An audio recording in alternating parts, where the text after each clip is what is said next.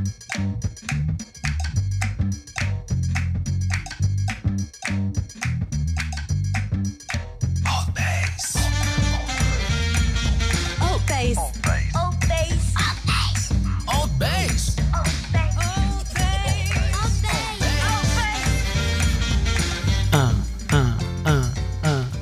Mike's already in the mood. Keep it up. We're live. ALTBAYS show brought to you by ALTBAYS.nz. We are live every Monday, Wednesday, and Friday at 7 p.m. Always with an amazing guest. Apart when they don't come, then it's shit. Then it's horrible. Which hasn't happened yet. Yeah. Great. That's how cool we are. The best way to support this platform is to subscribe to our YouTube channel. We have almost, I think, like 900 people there, which is pretty cool. Hey, whoa, what a community. You get notifications from when we're going live, and you get to support this amazing team who's putting a big effort to bring good quality content for you every week. This show is brought to you by ALTBAYS.nz, which is a media support company. So if you are looking into increasing your online presence, get in touch with us. If you want to be a YouTuber, or if you want to run your own podcast, or if you want to bring your friends to sit at this table and have a chat to send to your friends on the other side of the world, yeah, we can do that too. Yes, we can. This is a very special week. This is show number 60. Whoa, what a journey. It's been awesome. And we're celebrating Matariki on the 24th, which is Friday. So it's a very special week for all the people in Aotearoa. So make sure to be kind and nice to everyone around you, like you should be doing all the time anyway. On my left, Brett Soanes. That's my name. Hello. At least how I like to call you, right? How are you? I'm pretty good. Did you have meetings at school this evening? Parent-teacher student-led parent sort of teacher-student interviews. Yeah, three of them in a row. The name is already complicated, eh? I suppose that's probably not the name they call it. I'm just trying to describe it so they know it's a student-led one. You know, the kids tell you what's up and show the little portfolio and shit. Was it good? Truthfully? Yeah, it was all right. We only speak the truth here. Well, then I might as well get off now. No, they were good, man. They were pretty good. Like, they put a lot of effort into making their portfolios, and it was pretty cool to see, man. They got pretty good skill there, and they good teachers from what I can see. Good to meet the teachers too. Halfway through the year, should have met them already, but you know. Yeah. Oh, and I was just looking as well. We're at 894 subscribers. Hey, so get another 6 tonight would be good if anyone's watching and not bloody subscribed yet. So right, am I right? You are right. and what happens is some people watch on YouTube, but they're not logged in. So what happens is if you're not one of those freaks that think that if you subscribe to something or if you log in, it will control you. You're much stronger than that, mate. So you can create an account on YouTube, or you can use your Gmail account. Yeah, usually a Gmail way. You're already ready to roll. Yes, and then what happens is YouTube will pick up on your vibe and it will recommend videos that might be similar to things that you are already looking for. And you can be a strong human being and not click on those videos if you don't want to. Brett, either, you know? say that again. Say that again. You don't have to click on the videos they recommend. You can just scroll past them or click not interested, you know. I'm just saying. I'd usually recommend stuff I like, but then then you do watch something a little bit weird and then it's like all of a sudden it thinks I'm into something else for a little while until it comes back around. But it's a grading site, because I think some people never thought about that. It's like when they complain about comedians. That comedian was offensive. You have the choice to not listen to him. Oh, and I'm also offended when people are offended by comedians too. That offends me. That's good. You don't go on YouTube and make a video about that though, do you? Oh, I might do, but no, I don't. No. I'm just do it on here instead. Fair enough. Do it here. So I am, I suppose. I know in a matter of speaking, but you chose the right place to do it. That wasn't intentional. Are you ready to learn some new things and also to have a good chat about hip hop? Because I think we're going to get there. The conversation was already there anyway, right? Yeah. Well, off air, but I am really excited to learn about our newest edition of a holiday, and to bring a little bit more culture to New Zealand as well, or cultural awareness, should I say, would probably be a more correct way of putting it. Because all of our other holidays are pretty meaningless. Well, I shouldn't say all of them. It's a lie. Christmas is pretty meaningless. But Queen's birthday. Queen's birthday. Should we make a list? Yeah, we've got Anzac Day and right? Waitangi Day, depending on where you stand on that or how educated you are about that. I'm not too educated about it, so I'm not 100% sure on where I should stand with Waitangi Day. But Anzac Day's semi-important. All the rest of them can go. I think we got the right guy to help us with that. I don't even know what Labour Day is. There you go. For the people who work a lot, I think we should know what Labor Day is. Oh, I like the holiday, though. Don't get me wrong. I like the holiday too. Tonight we have Matua Mike Bennett here with us. Hello, my friend. Tēnā kōrua. How are you? Paira watu. Yeah, I'm very good, thank you. You're very good. Yeah. Do you like this space?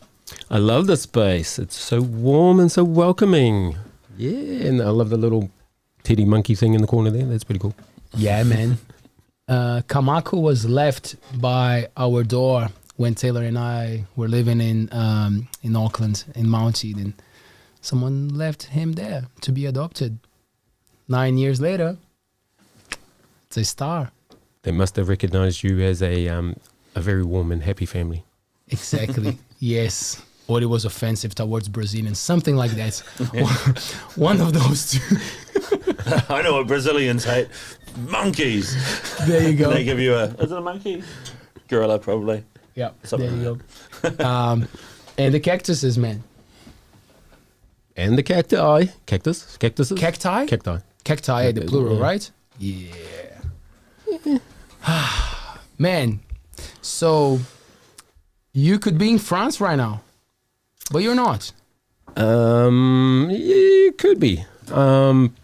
But how about just before we get started, I'd like to acknowledge our whakamininga. Koutou mā e whakarongo mai nei ki a tātou, tēnei te mihi ati kao koutou. Tēnā kōrua, tēnā tātou, tēnā koutou. Tēnei te mihi ati ki a koutou mo te tono mai. Kua haere ātinana mai a hau ki te kōrero, ki te whakarongo, ki te whakamārama atu tōku māramatanga e pāna ki Matariki. Nō reira, tīmata hia i te mihi nei, ko te mihi tuatahi ki tō tātou kaihanga, nāna nei ngā mea katoa. Huri te mihi nei ki o tātou tini aitua. Rātou mā kua mene atu ki te pō, kua haere atu ki te awhi o te kāhui āriki. Nō reira, moi mai rā. Tēnā tātou e te whakamininga e whakarongo mai nei. Te hunga ora, tēnā tātou katoa. Kia ora. Thanks for the invitation. Not sure about that Matua anymore. I think that title might need to be kind of just thought about a little bit, as I'm not teaching him anymore. But well, hey. I think when you sit in the throne, man, you always have the majesty, brother. I think my Matua status might be revoked. But kia ora. You could always go back to it. Could you? Ooh. Maybe. Well, I'd like to think that, once a kaiako, once an educator, always an educator, just doesn't necessarily mean I'll be under the education system. Right. So we'll see how that goes. But I'm really enjoying my new job. So. Well, the thing that you do with social work involves a lot of education, right? Involves a lot of conscious talks and patience. Yeah. I guess for a little bit of context, after 9 years of teaching at Mercury Bay Area School as head of department of Te Reo Māori and head of faculty of languages, it's an interesting change for me now at Whitianga Social Services. So I guess I still get to continue with my desire to connect with communities, people, families, in terms of that manaaki space and that tautoko space. And I guess without the, as much as I enjoyed the education and sharing my passion for my culture and my language, this is just a different level of connecting with our people, and it's not necessarily or just about the language. So, loving it, really enjoying it. When you get people coming at you, coming to talk that need that support from the social services, Do you think about what could have done, or maybe what would happen to those people if education would have been different?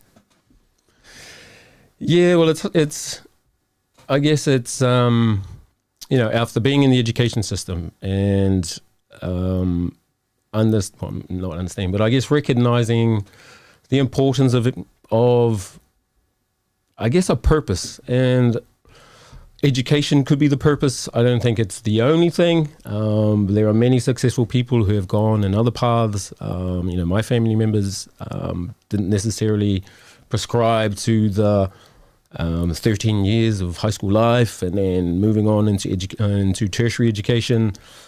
So I think education can be rewarding. I don't necessarily think it's the only path either.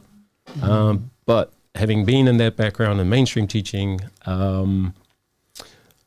I guess sitting in that social space now, I'm a strong believer that if we put more prevention into education, more support, not necessarily financial, but just better support, then hopefully or potentially we might be able to break that cycle or avoid our young people coming through the system and then seeking support later as adults. So I'm a strong believer that if we have strong support for our young people, our rangatahi, they are less likely to need support from our social services. So I'm a strong believer of that.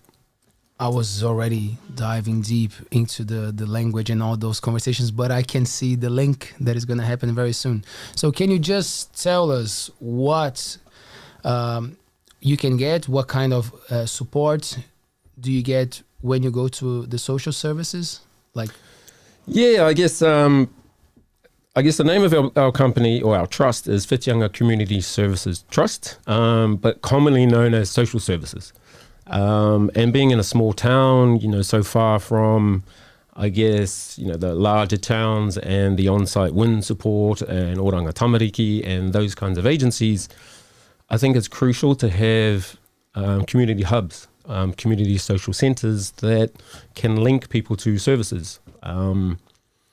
When you're in, I believe that when you're in a vulnerable space and you need support, it's very difficult to ask, and it's very difficult to put your hand up, and for multiple reasons.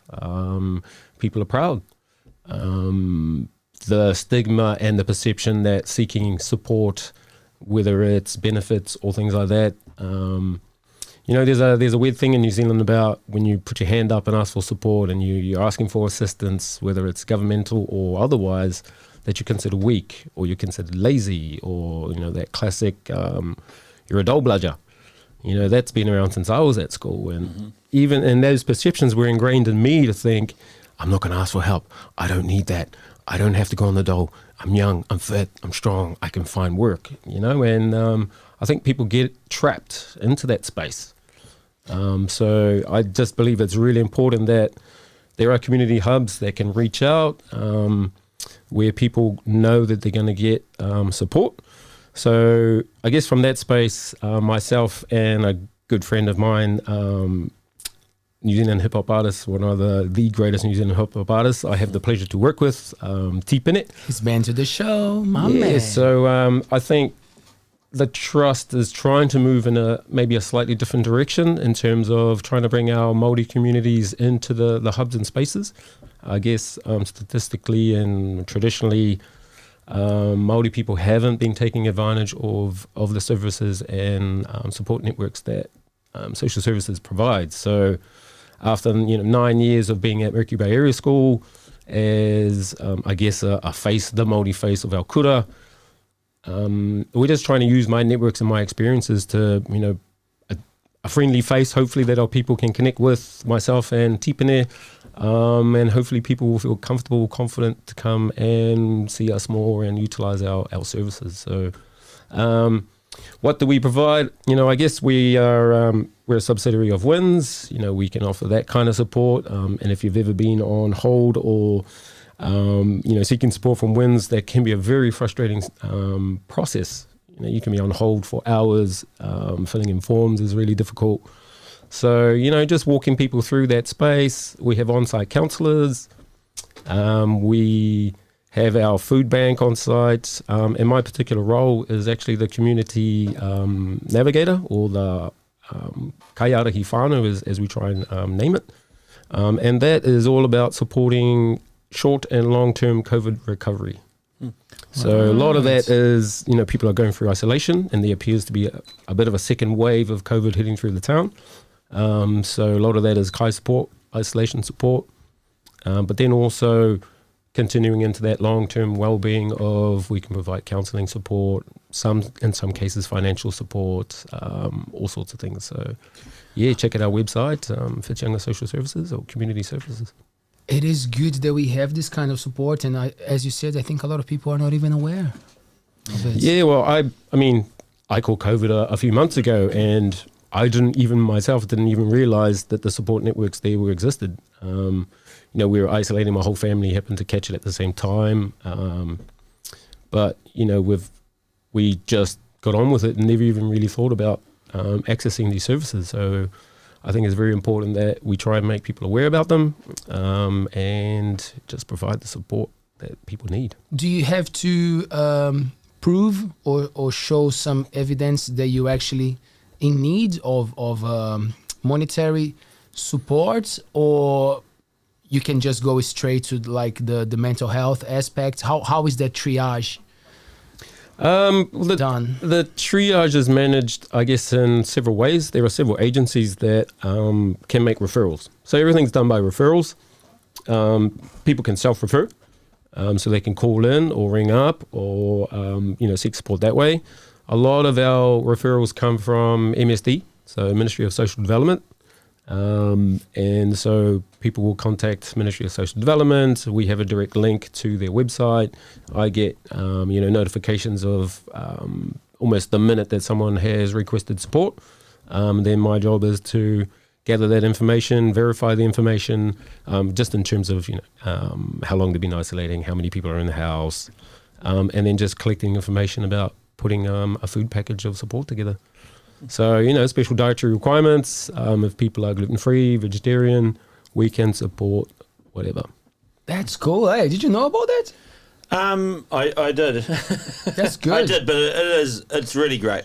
And I think it's definitely one of I think what you were saying before, like the whole fact of, do people know about this? I think a lot of people don't, and don't take advantage of it when they need it, so it's good to get it out there a bit and let people, take advantage of it if they need it. Like Countdown and New World, Countdown especially, they do great jobs. They have like food deliveries and stuff during those hard times of the COVID things, but puts a lot of pressure on some families, not having the income if you have COVID.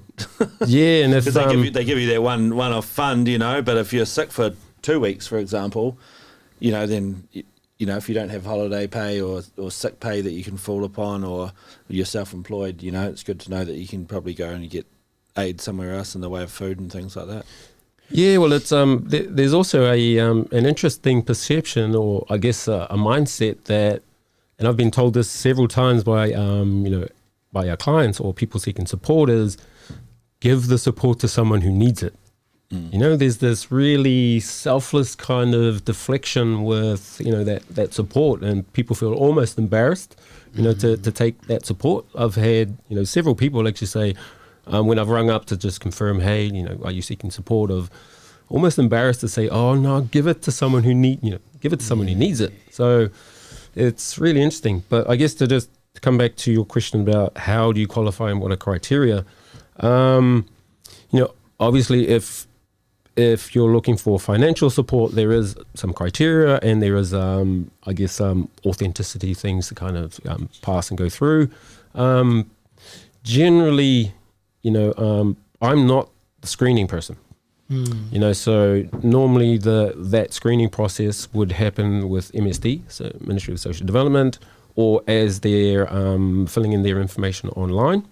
So I just get that final kind of printout of all the information that's put up. So it won't be me going and checking and saying, you don't look like you've got COVID. Yeah. Are you sure you got COVID? So my philosophy, I guess, or at least what I believe my job description is is to provide the support.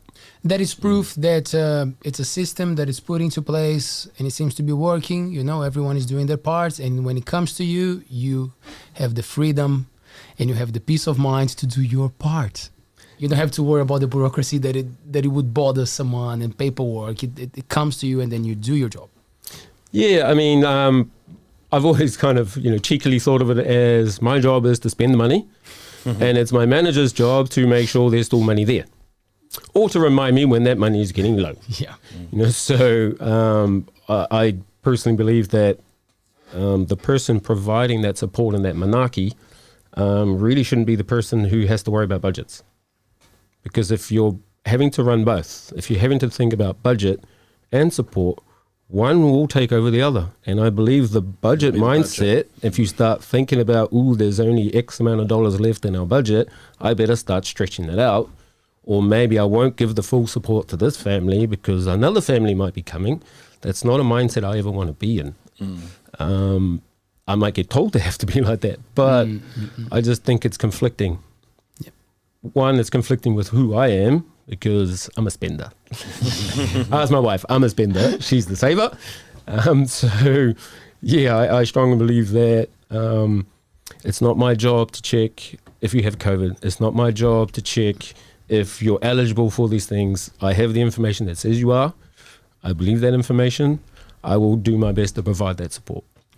Do you think the majority of the Maori people in New Zealand are aware of what Matariki represents, and do they get to celebrate? Let's go for the Maori people, and then we just make it broad and we talk about the whole New Zealand. The rest of us freeloaders. Yeah, there we go. For the foreigners and the white New Zealanders. Obviously, it's a bit hard for me to answer for majority of Maori, but I think if you are Māori these days and you are interested in culture and interested in, being involved in kaupapa Māori, then it's pretty hard not to know about Matariki.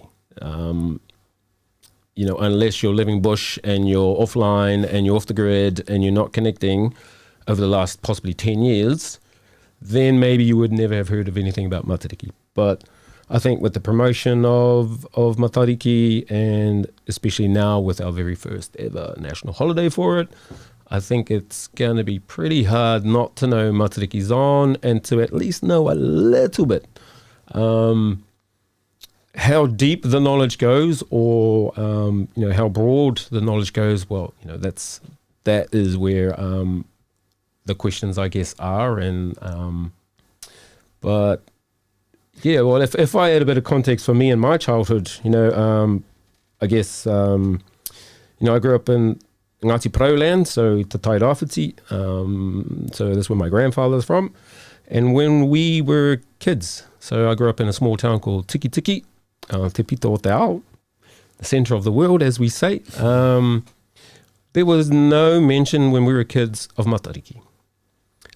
So it was a new thing for me when, when I started becoming a bit more conscious about my culture.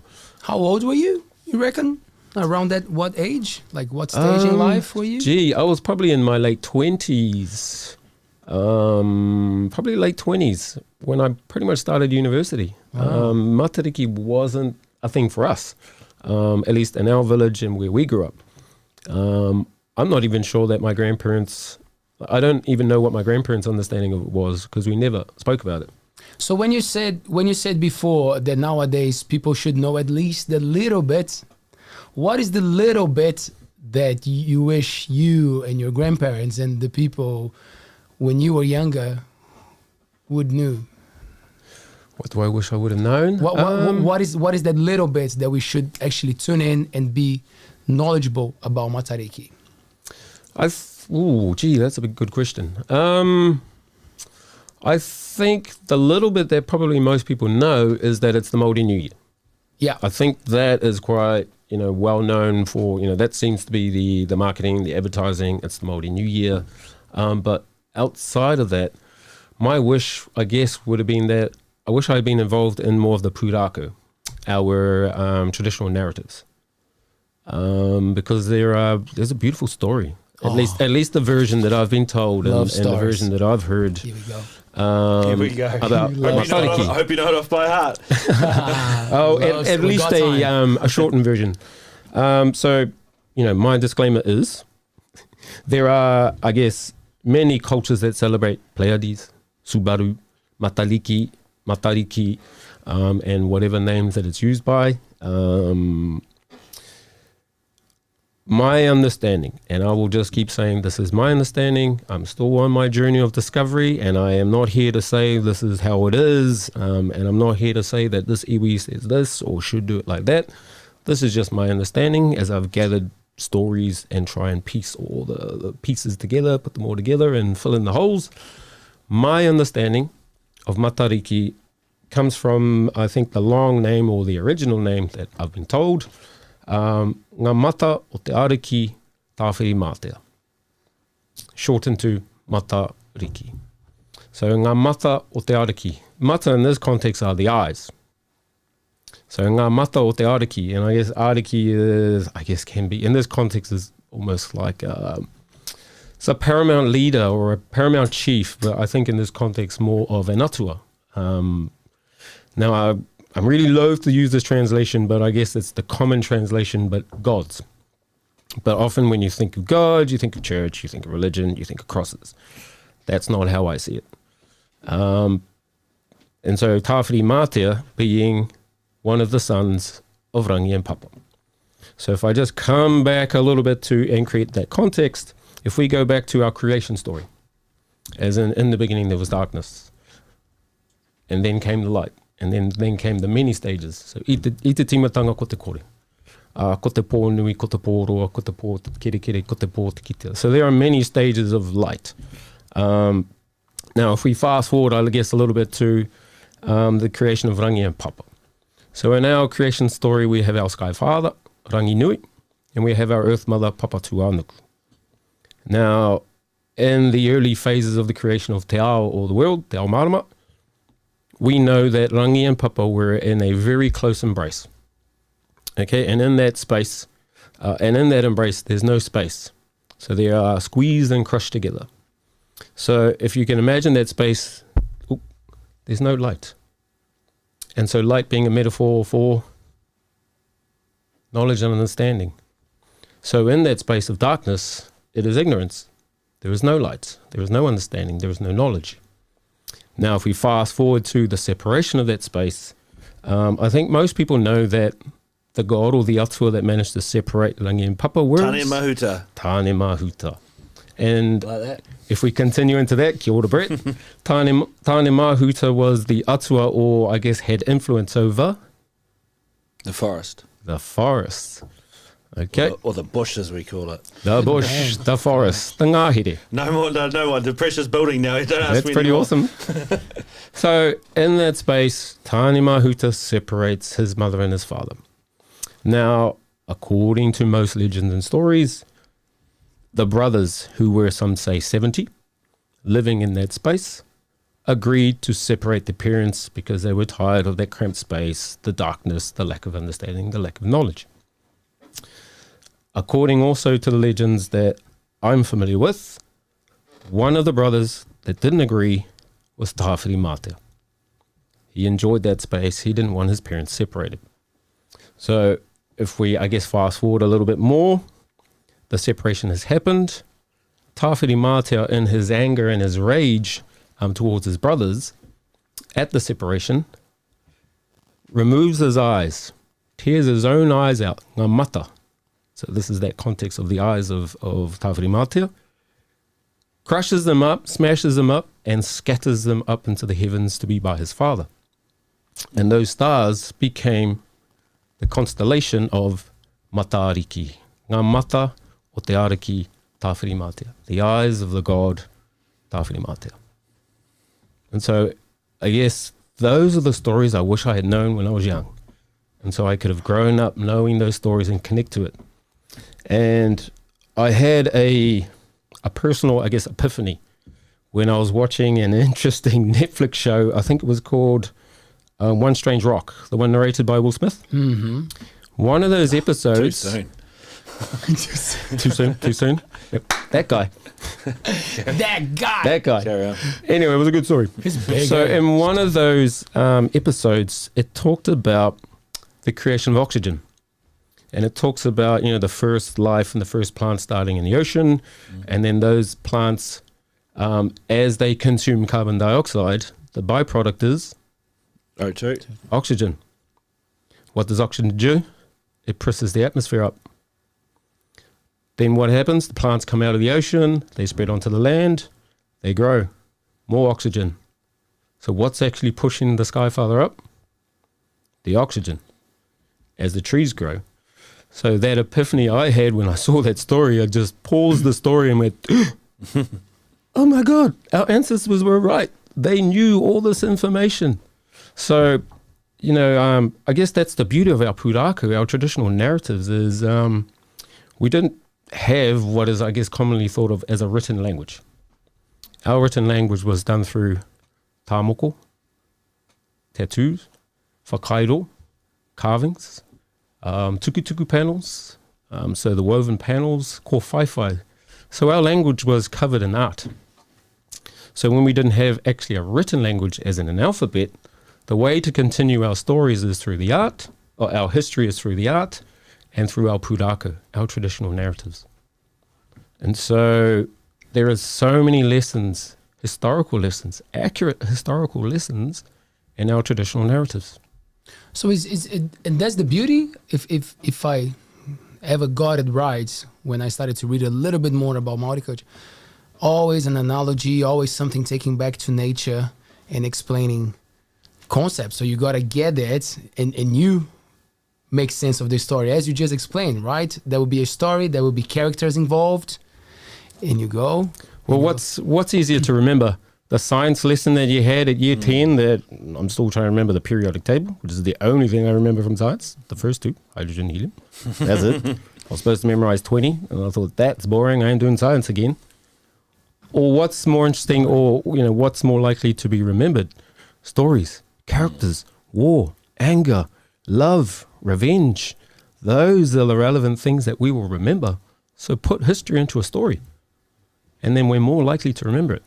Well, they're very well structured. Like I've been listening to a guy who talks a lot about old stories, fairy tales, old religion, things like that. Like it's all built into that. The structure of the lesson or the way that we should act is built into the fable. Like in the case of like Christianity, for example, like if you delete everything else and you just go with the stories around it.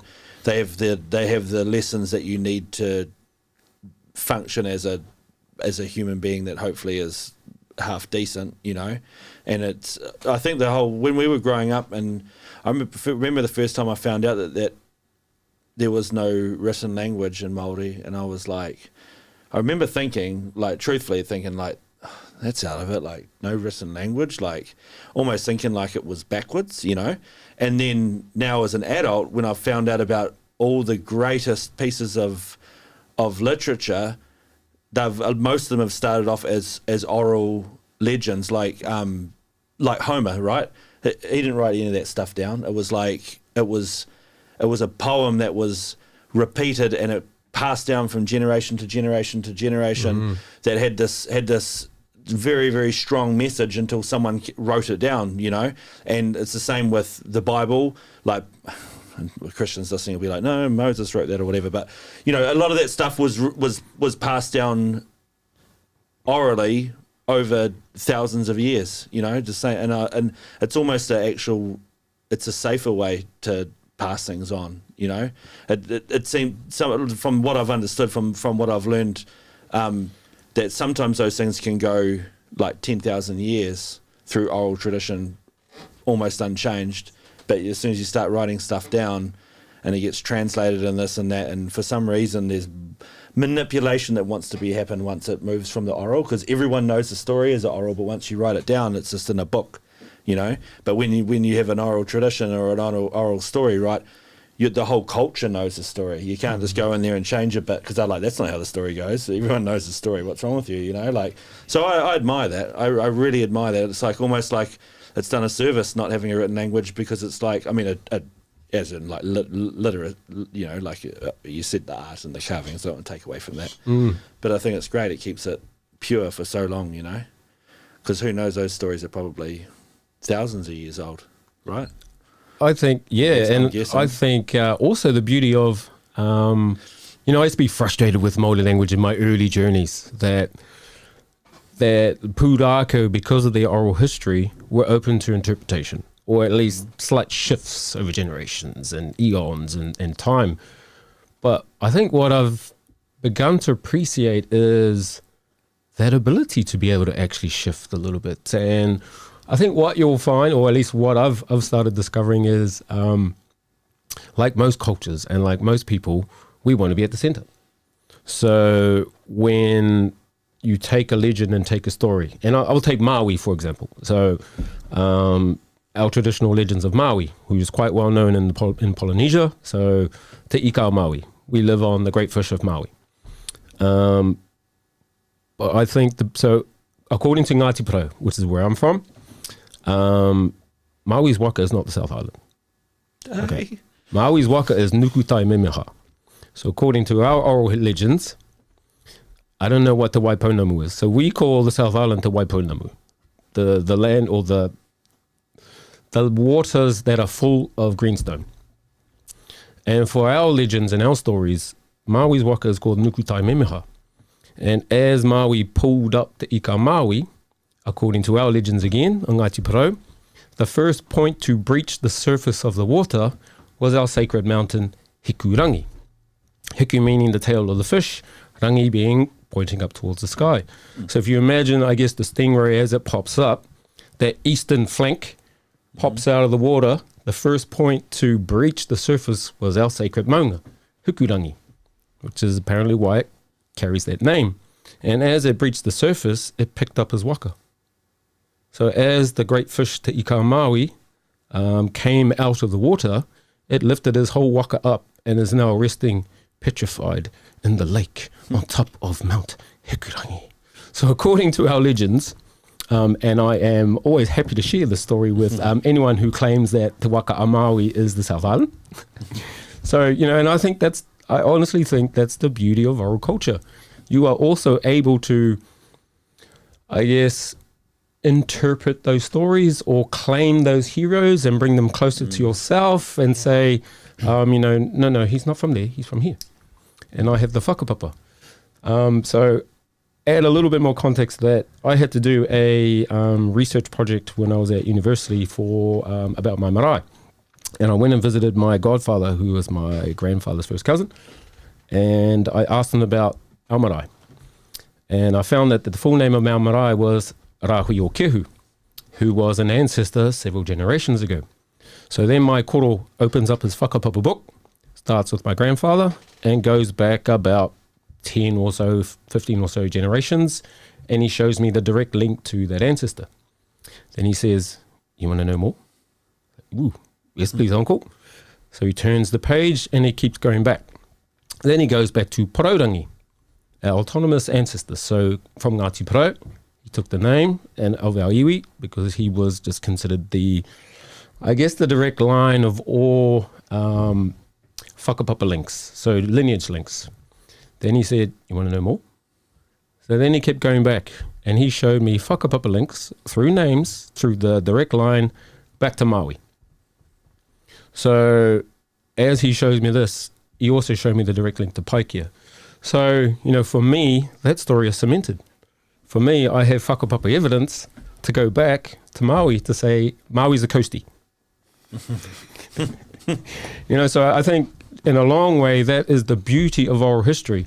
And what I find frustrating, I guess, in terms of history is, whose history do we read? We read the history of the vanquers. You very rarely get to read the history of those who lost, those who have been conquered, those who have been displaced. Their stories are lost. Yeah, we talked about that the other day. I was like, because they're dead, right? Yeah, well, or they were conquered. You lose most of the time you die. You're lost. Your existence on that earth is eradicated.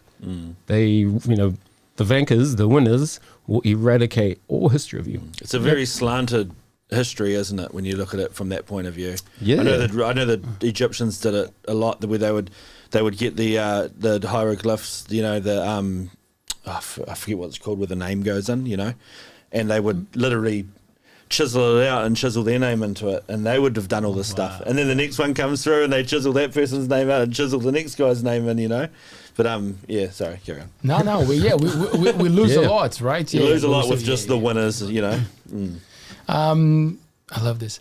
When we look up on Friday, because that's what most people are gonna do, right? That's the part that is disseminated, and it's, I would say, kind of like the mainstream point of Matariki, because Cindy was telling me that actually it goes for a few days. It's not a thing like, oh yeah, celebrate the day. Like it's happening. It's about the crops and everything. So I wanted to take me through that. But like, what are we looking at when we look up? Because that's the beauty of what we were saying before the show, that like different people, different religions, different traditions will have their own representation of Pleiades. Pleiades? What's the name of the? I think that's the Greek name. I think the Greek name? Pleiades. I'm not even sure if I'm Pleiades? pronouncing that right, but so forgive me, No, it's all Greek good. people out there. But what is it? What are we looking at? What's happening at this time of the year that makes it special for us to celebrate? Oh, okay. Look, I'll share again my my limited understanding of the cultural significance of Matariki. And also, bearing in mind it wasn't something that we spoke about as kids, or wasn't anything at least acknowledged in our village and in our family. I guess I really started researching and trying to understand more about it when I became a kayako, when I became a teacher. Okay, so I guess if we go back to our ancestral times, the agricultural times and the harvesting times, and if you think about the time of the year that Matariki happens, it's cold. It's winter. So my understanding about it is the appearance of Matariki was a sign to know that this is the start of our new year. And I guess Matariki itself has the significance of bringing people together. You're in that cold time. Harvests have happened. The food is, I guess, in storage and ready to be consumed. All food production stops, pretty much, in my understanding. Most of the migratory fish and animals and birds and stuff kind of move on. And so it's a time of coming together. It's a time of sharing kai. And because of, I guess, the lack of, I guess, the agricultural side of things, the food harvest, there's time now. So I guess the time now is to spend with family and remembering. And so there's those ideas that, it's cold, the fire's burning, so you're sitting around fires, it's dark really early, so you're spending more time together. You're sharing those stories now because there's time to share those stories. It's a moment of reflection, not only about yourself, not only about your community, your pa, your village, not only the future but the past. Remembering those that have gone on, planning and thinking about the future. So, each star, supposedly, according to most legends, represents a concept or a part of the environment to acknowledge. And even as far back as I guess maybe 5-10 years ago, we only ever talked about the 7 stars of Matariki.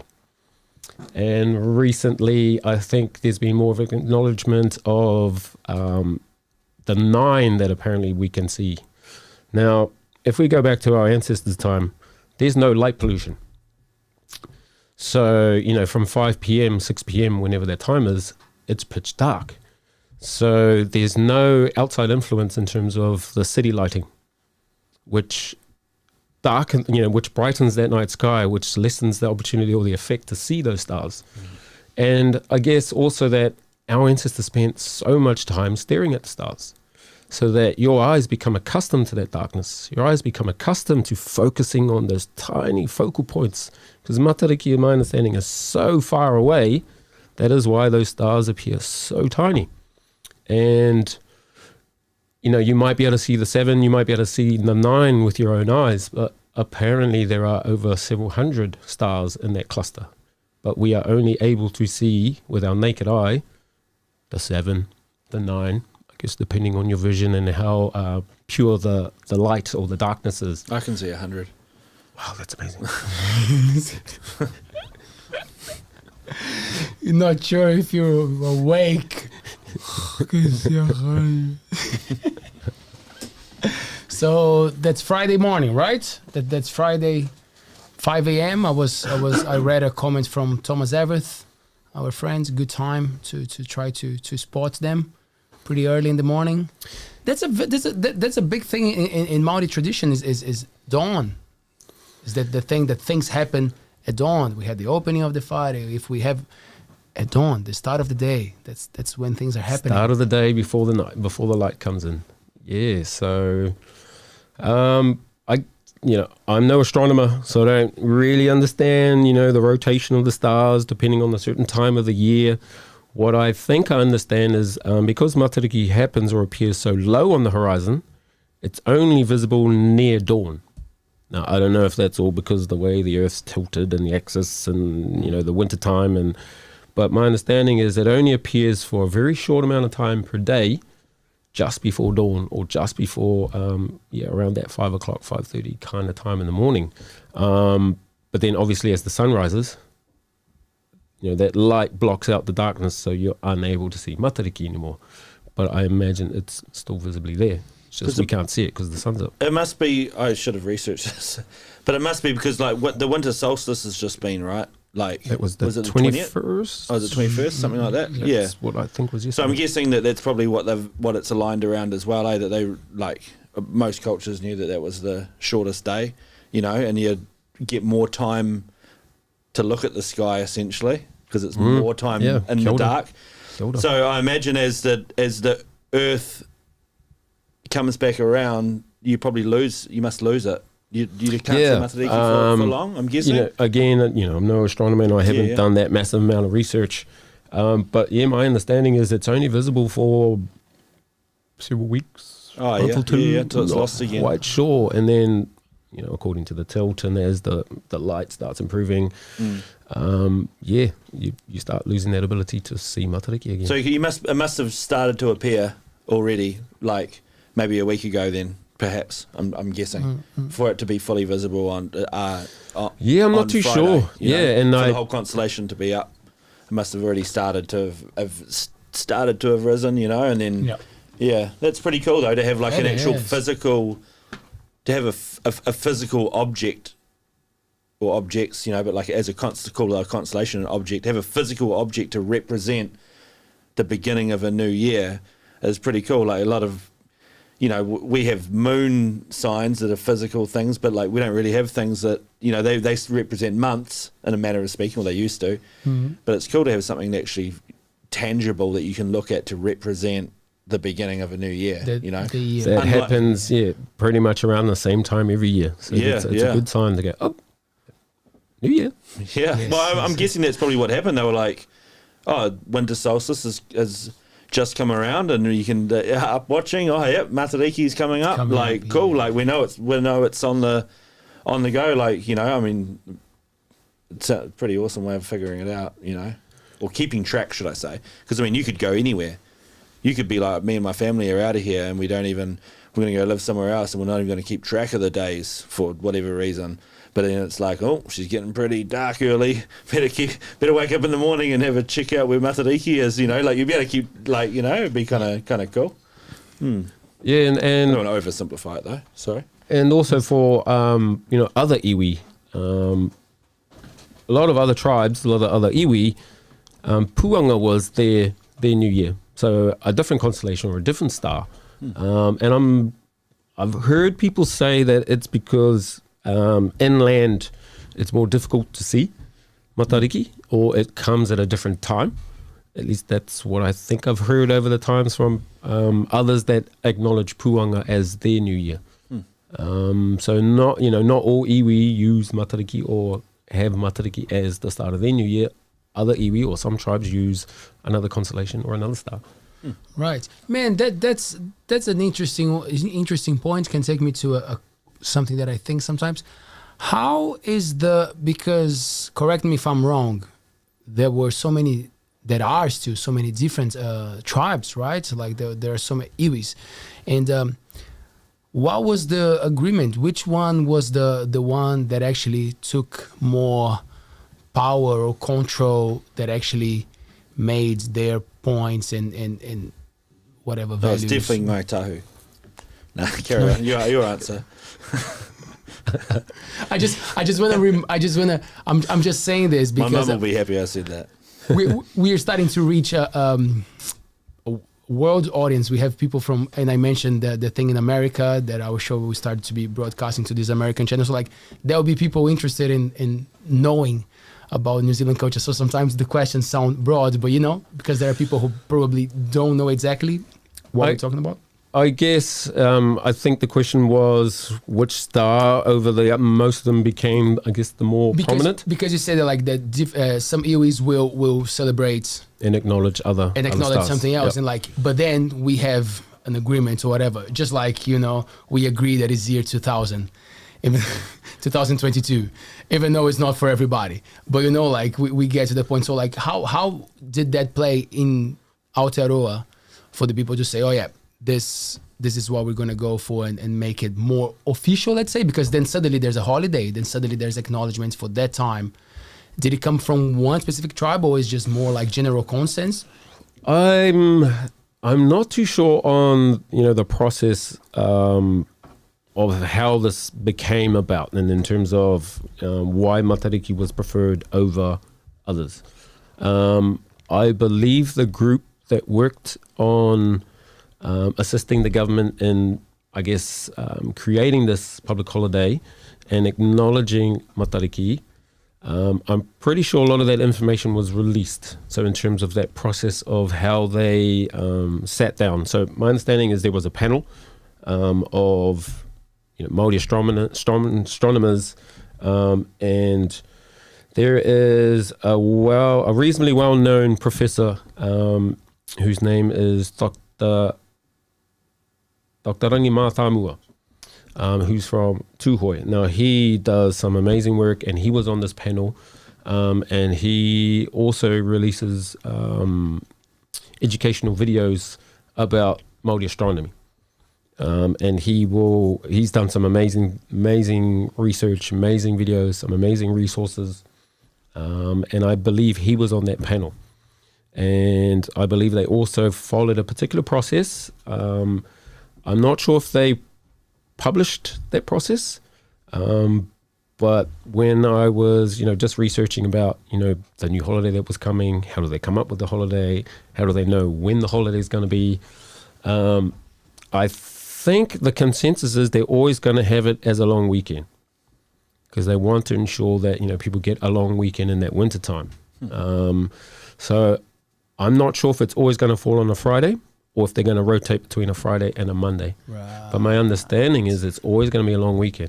So it's not going to, Matariki doesn't always fall on the same date every year anyway. Mm-hmm. I'm not 100% sure why that is. Maybe it's something to do with the lunar calendar versus the, Gregorian style solar calendar.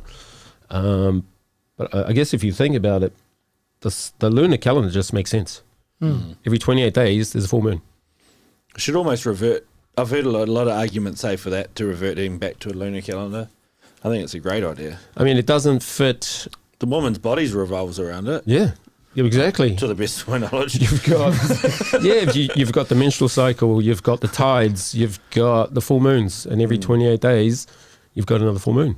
It's clockwork. It's 28 days. It just doesn't fit into the 365 days a year of the Earth rotating around the sun. So we should slow the Earth rotation down a little bit or speed it up so it would fit perfectly. Well, that'd be a really human the thing way to things do. are going. Yeah, even that concept of the solar calendar, it's still not even. Which is why we have a leap year every year. A day is actually 23 hours, 59 minutes, and 50 seconds or something. So that leftover after 4 years, they're like, Man, let's just create another day. Yeah, why not? February's already short. We'll just give that another day. It keeps, yeah. Interesting. Yeah, we would have to talk to a historian and get that would be cool. Eh? Yeah, look it up on YouTube. It's pretty interesting watch on YouTube. It took them literally hundreds of years to come up with that system. Like literally hundreds. Fantastic. Like someone just came up and was like, "I'm this math magician. I've worked it all out. I've worked it all out. This is what we do. We add a year every 4 years. I add a day every 4 years." Mike, you talk about all the subjects with a lot of passion, and it's clear that you put the hours on, you put the work on, and because you love it, because you engage. But going back right at the start of the show, when I was asking about France, how many languages can you speak? Confidently? Confidently? Depends who's listening.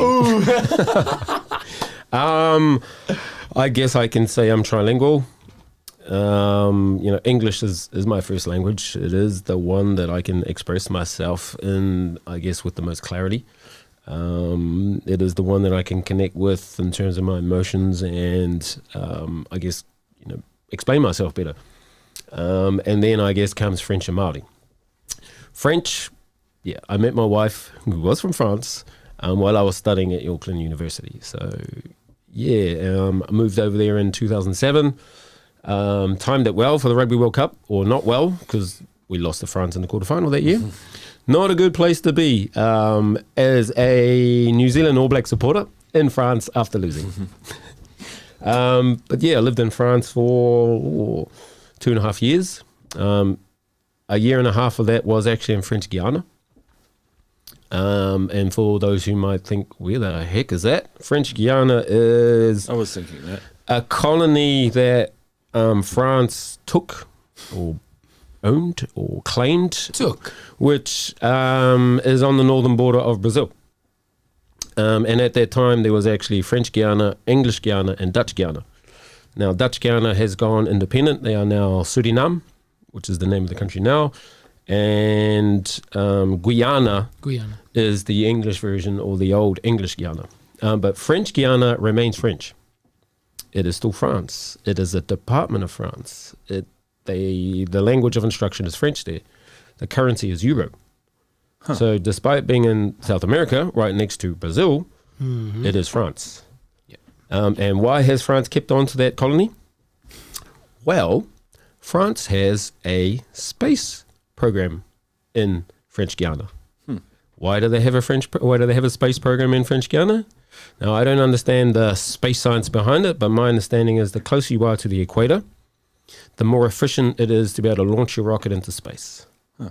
So you're saving fuel and you're saving millions of dollars on being able to launch your rocket. So French Guiana is actually a spaceport where France is launching rockets and satellites into space. And to make it even more interesting, if that's not enough, France has actually rented space to Russia. And now Russia has a space program in French Guiana. I didn't know that. Great. Okay. Yeah, so I lived in French Guiana and I arrived July 2008. And I came back to New Zealand in the start of 2010. When, for us, it's so close to Brazil, but like, I'm from São Paulo, so it's right at the bottom compared to, like when you go to the top, to up north. But we don't hear much about those places. And when we do, we often hear that it's not that great, like Suriname and like just the quality of life kind of relates to the rest of South America. What was the vibe that you pick up on French Guiana? French Guiana, I guess let's start with a little bit of context. I am Māori. I'm tangata whenua of Aotearoa of New Zealand. My skin is, rather brown. You gotta say it because we have Spotify listeners who are not looking at you right now, so yes. So I have darkish brown skin. And, I guess people of dark skin will probably know about the prejudice and racism that exists in multiple places, multiple countries. When I got to French Guiana, actually, if I go back, while I was in France, the racism is very different. It's very confronting, I guess. I was isolated a few times by police. I was the only person ID checked coming off a train, going to work, all those kinds of things. Pulled over while you're driving, just, I guess, normal stuff. But when I got to French Guiana, it is such a cultural melting pot. You have, you've got the history of slavery there and the abolition of slavery, which was quite late, late 1700s, early 1800s. So prior to the abolition of slavery, the African slaves, or the slaves that came from Africa, those who escaped, who refused to be slaves, fled to the bush. And they kept an aspect of African culture and basically became a separate group of people. Let's call them an iwi. They became a separate iwi.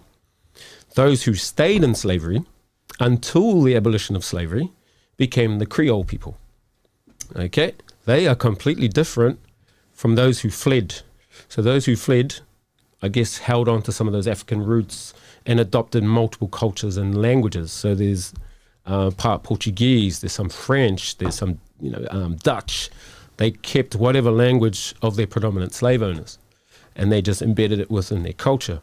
Then you have the Creole people who, I guess, managed to keep working until the abolition of slavery, and then they were able to, I guess, assimilate into the culture.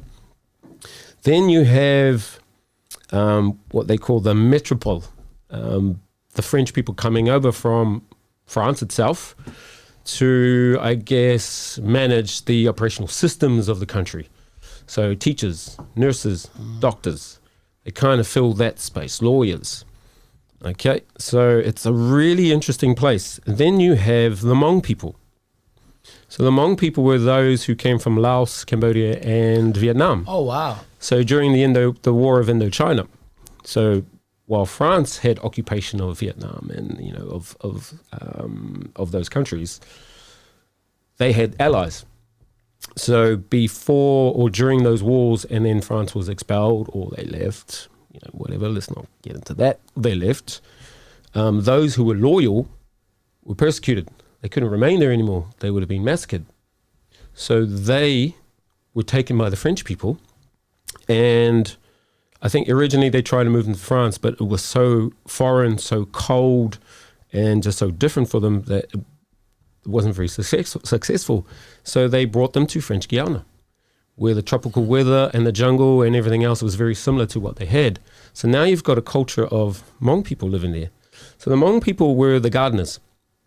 They provided all the vegetables and the fruit for the markets.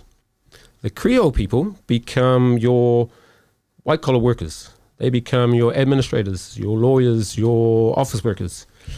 The Bushiningis, or the Africans that fled into the forest, they became the masters of the rivers. They became the river navigators, because the only way to get into the interior, unless you're very well off to fly into some of those very isolated airports, is by navigating the rivers. They became masters of the rivers. And then you also have the Amerindian people, the original inhabitants who crossed over the land bridge in Alaska and then worked their way down through North and South America. You have that culture. And then recently, I guess in the late 1900s, mid-20th century, you have the Chinese culture coming over. So now the Chinese people in French Guiana own all the commerce. So you got Chinese owning the commerce, you got Hmong people providing the food and veggies for the markets. You got the escaped slaves who are the masters of the rivers. You have the Amerindians who are masters of the forest. And then you have the metropole, the non-indigenous people coming over, filling in all the other jobs and roles, and who are paid extremely well to be there, 30% more than what they would earn in France. So teachers, doctors, nurses, because the incentive is no one stays. And if people don't stay, the country will fall apart. At least, it'll implode. There's no systems. The country won't be able to operate. What's the industry to pay for that? Well, because it's France. So they might be exporting rum. They might be exporting sugar cane. But because it's Europe, and because of the laws of the European Union, French Guiana can't trade with South America. They have to trade with Europe. And so the cost of living in French Guiana is extraordinary. It is so expensive because all the food, everything is shipped over from Europe. And you're not allowed, technically not allowed to trade with other countries. Is it still like that? Probably, yeah. I imagine so. I mean, I left there in late 2009, but it's a long way to ask your question. How did I feel in French Guiana? Because of that cultural melting pot, for the first time in my life, I actually didn't feel like an outsider, or at least I wasn't treated like one. Because of my skin color, I kind of fit in. It was the I'll use the term whites. It was the whites who were really persecuted there. They were hated. They are the colonizers. They are coming over, earning 30% on top. The people that live there don't get that. It's only those coming over from France. That's the incentive to come over from France and stay. And I was doing the same. I was working as an English language assistant. And I was getting paid very good money in euros to, work 12, 18 hours teaching language. And you feel that, you see the poverty. There is extreme poverty. And I guess French Guiana is a bit like maybe American and how Mexicans see America. It is the land of opportunity. It is the land of the euro. It is a land where some say the population of French Guiana was 200,000. Some say the unofficial population was close to 500,000 in terms of there are 200, 300,000 illegal immigrants living. And we actually have really good friends and some were illegal immigrants. And we're asking them, why do you risk every day being deported, locked in jail to come here? He traveled from English Guiana, so he had to cross Suriname. He had to cross Dutch Guiana to get to French Guiana, all illegally, so that he could come and work. And so if he can earn 20 euros a week, which is $30 maybe, he can send that to his family, and his family are, in a very good position to be able to receive that money. So here we are, complaining about our 1,000 euros a week or whatever it was, and for this guy to save 20 euros a week to send to his family was massive. So for once I felt not prejudiced. I feel prejudiced in New Zealand. I feel like I'm prejudiced in Europe, but in South America it was almost free. It was nice. Although no one could actually pinpoint where I was from. When I was in French Guiana, everyone thought I was Brazilian. When I was in Brazil, everyone thought I was Peruvian. When I was over in France, half of them thought I was African. Then they saw my long hair and went, no, you're not African. We're not sure where you're from. So, it was the closest anyone ever got was you're Tahitian. I'll take that. I'll take that, yeah. I'll take that.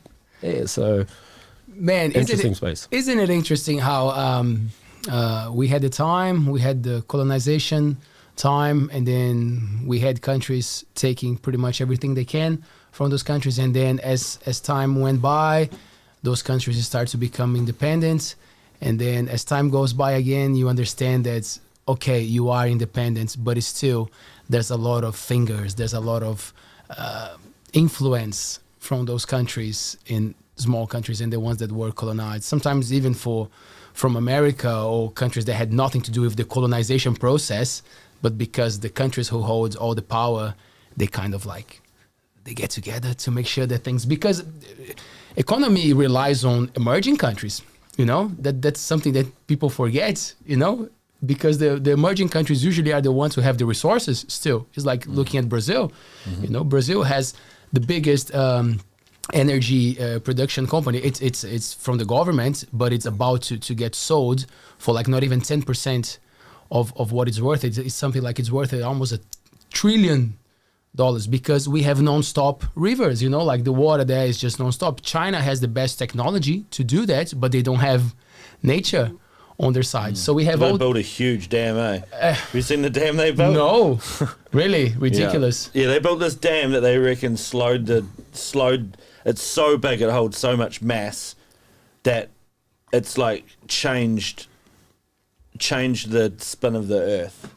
like only by the most smallest But amount. recognisable. But yeah, they were able to measure it. Yeah. It's that crazy Three Gorges Dam or whatever that thing is. Yeah, That one? I don't know what it's called. I was looking it up on YouTube, and it was just on Wikipedia, and it was just like, yeah, it's Huge. a monster. Yeah.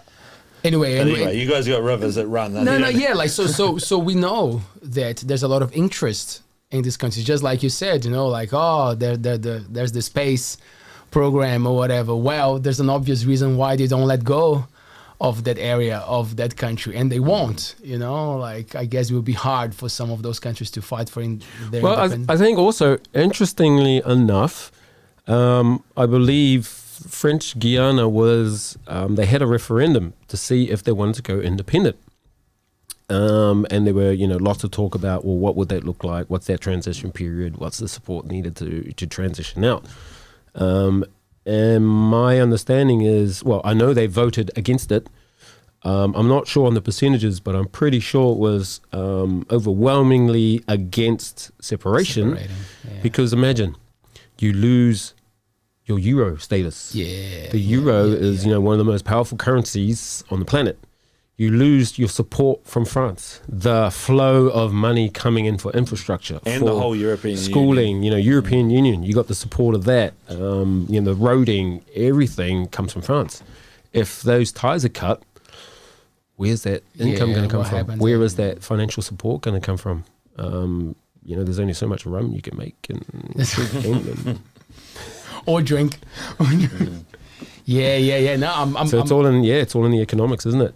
You've got this, we'll come over and build this for you, and we'll give you this for it. This amount, and we'll keep this much. Do you feel like doing all this travelings and learning languages and expanding your knowledge helped you to appreciate more of the Maori culture, of where you're from? Oh man, absolutely. When I met my wife, we were living in Auckland at the time, and were you guys living at that big house? We were at the big house. So big shout out to the big house. I ended up at a party there. I told you this story. That's how we found out it was the same place. Yeah, it was great. Yeah, so my wife is from Lyon, which is kind of southeast-ish of France, so quite landlocked. And every weekend she'd say, "Let's go to the beach. Let's go to the beach." And drove me insane. It was like, we went there last week, and we'll go to a different one. We used to go to all the West Coast beaches, and from Whatipu to Piha and White Beach and all those beautiful beaches. And I'm like, oh, again, we're going to the beach again. But when I moved to Lyon, and we're islanders. We live in Aotearoa, we live on islands, and on top of that, I'm a coastie. So I'm so used to having the ocean around me, having, large bodies of water, but the ocean. So when I'm living in Lyon, I started getting like this weird vertigo of not being able to see the ocean, just seeing this long, continuous horizon that I'd never seen before. Just as far as you can stand on top of a mountain, you still can't see the ocean. That is like, it just blew my mind, and I didn't realize how much I missed Aotearoa, how much the ocean meant to me, how much small villages and small groups of people meant to me. I had never seen so many people in my life. I had never seen such large queues, queuing for everywhere you went. Queue to go to the toilet, queue to go to a restaurant, queue to get some food, queue to catch the bus, queue to catch the train.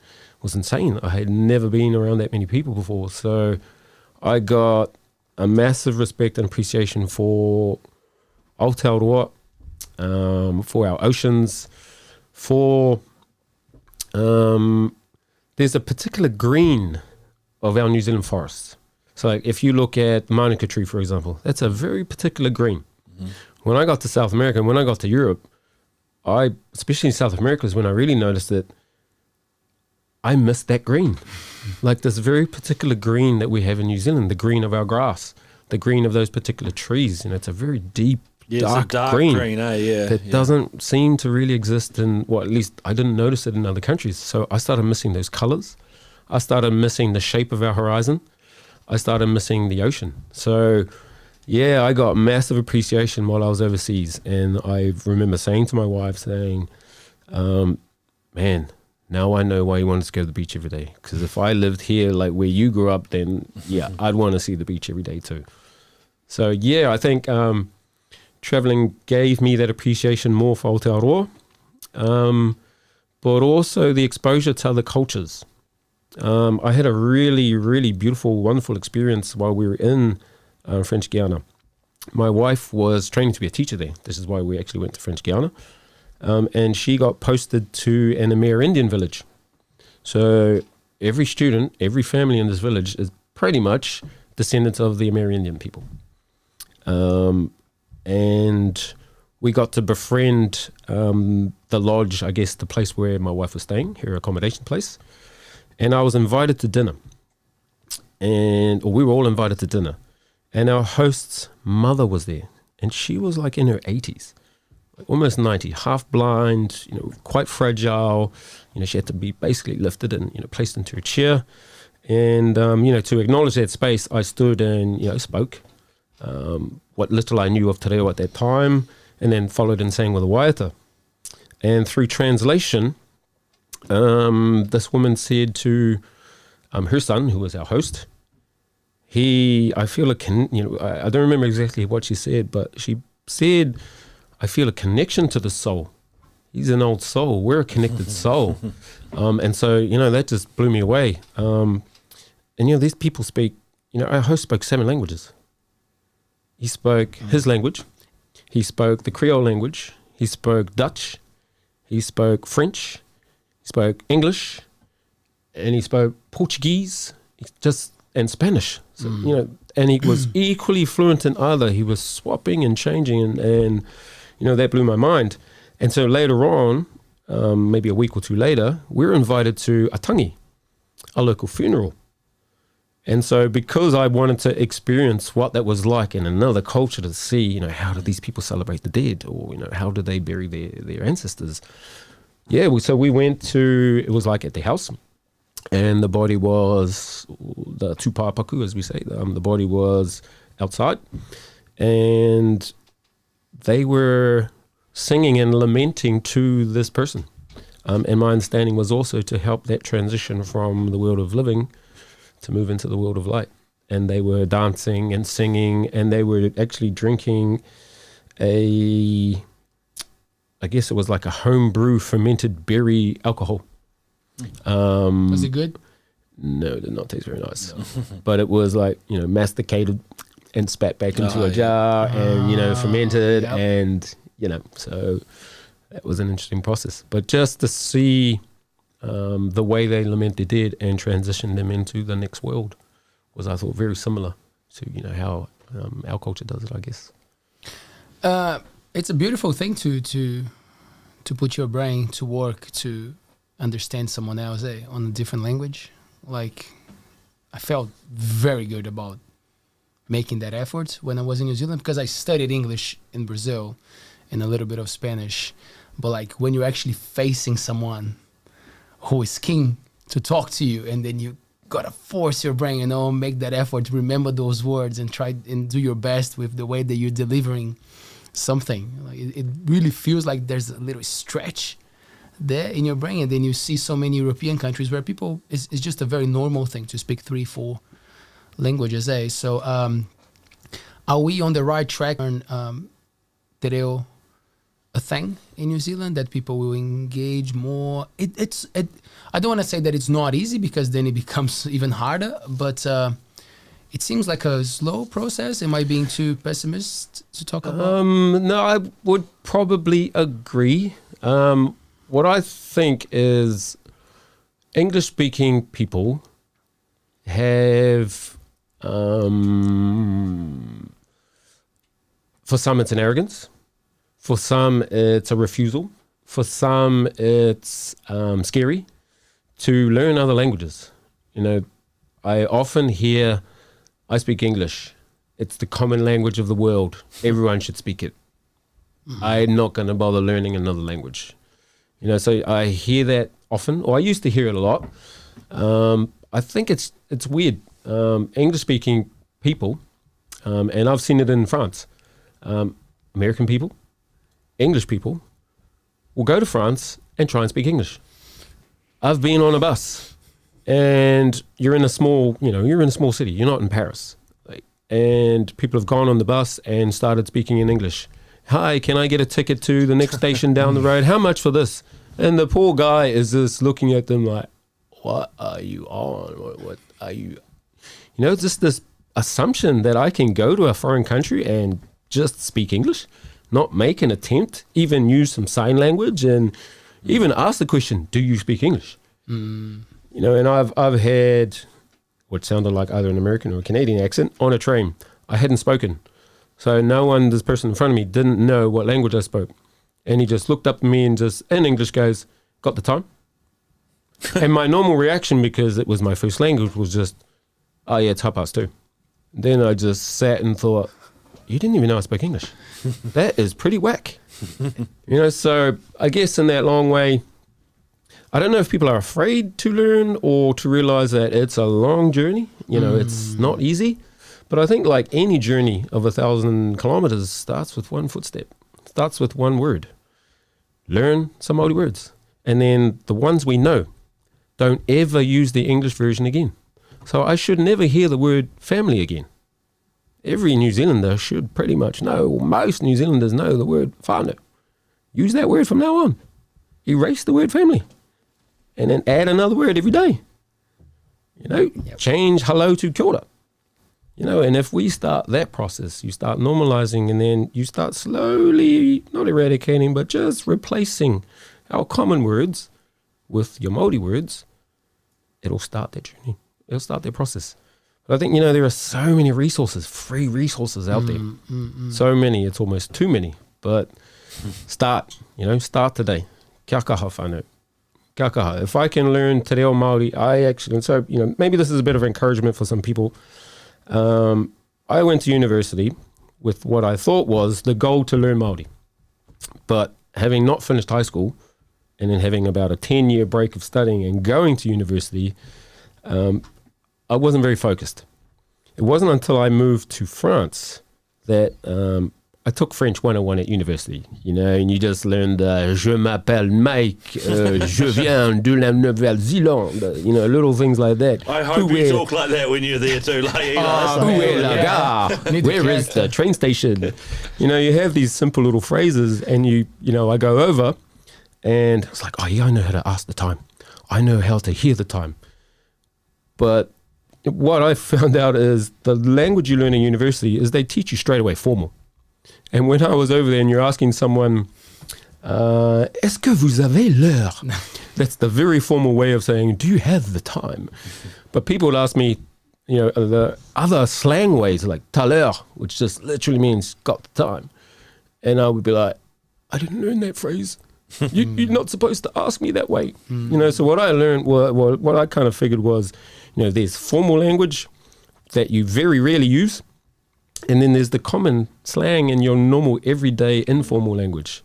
So I actually went to France as a 30-year-old with bugger all French, maybe half a dozen few phrases, maybe 20, 30 words memorized. That was it.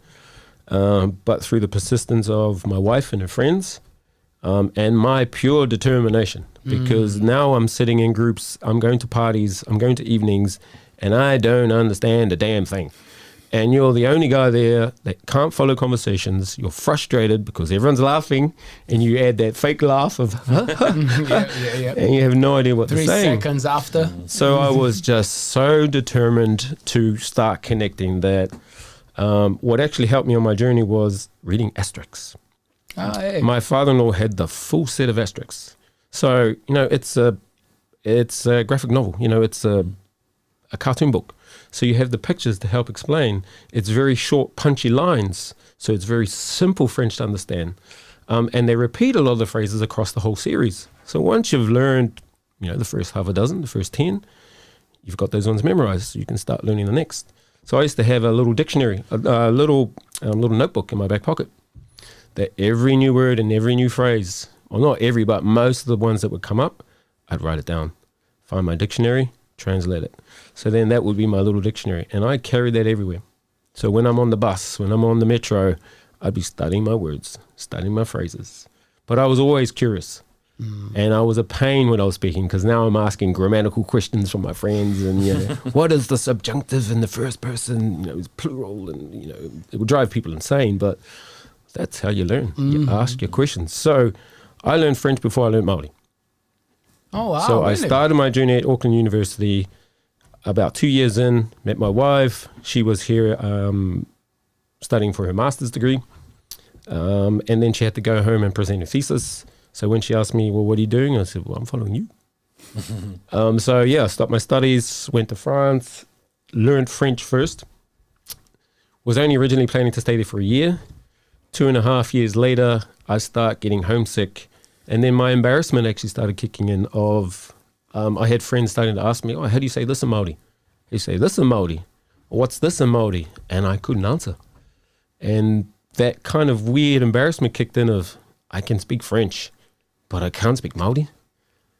And so that little flame inside me started burning brighter and brighter. And I chucked in my job. I mean, I had a pretty good job. I was paying like €2,500 a month. It was really good teaching. But I just came home. I was with a new, desire to learn. So as soon as I came home, because I understood French and because I understood grammar now, learning Māori was so much easier. So I guess that theory, that idea that once you've learned one, other languages has come, I think it's kind of there because you understand how languages are structured. And then you're able to compare other languages.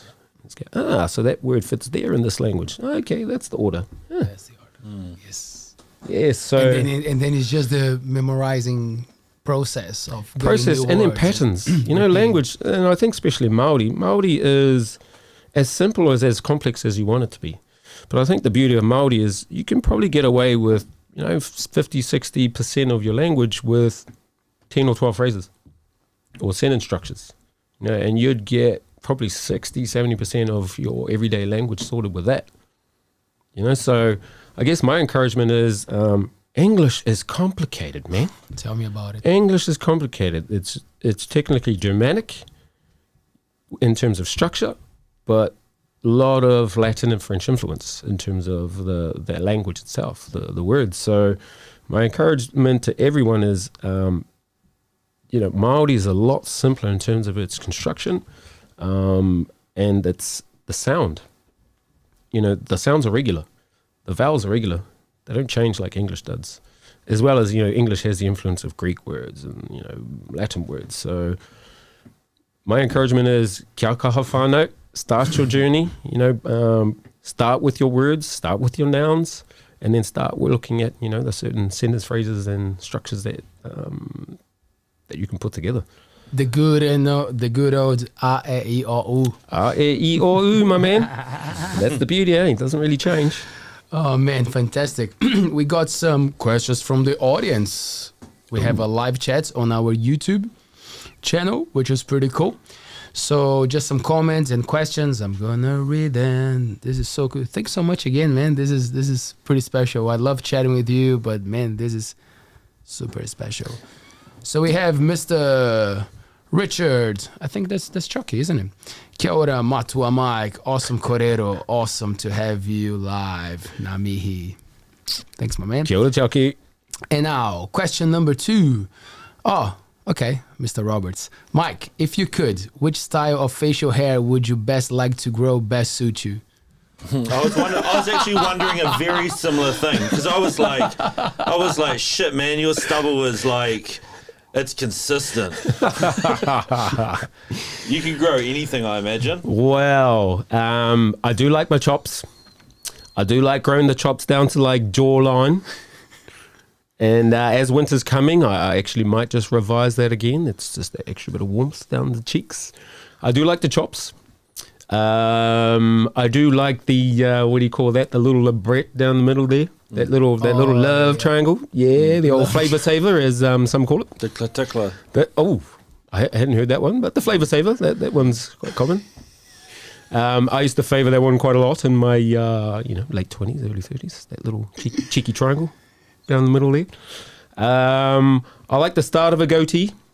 those early kind of, 4 to 6 weeks of the goatee. And then after that, it just, I need too much product and shampoo and you got to brush that stuff. Yeah, it's... Have you had a full-on one? Like everything big, long, quite long? Oh, not your style? I think a year or two ago, I wanted to see how far I could go before my wife would go insane.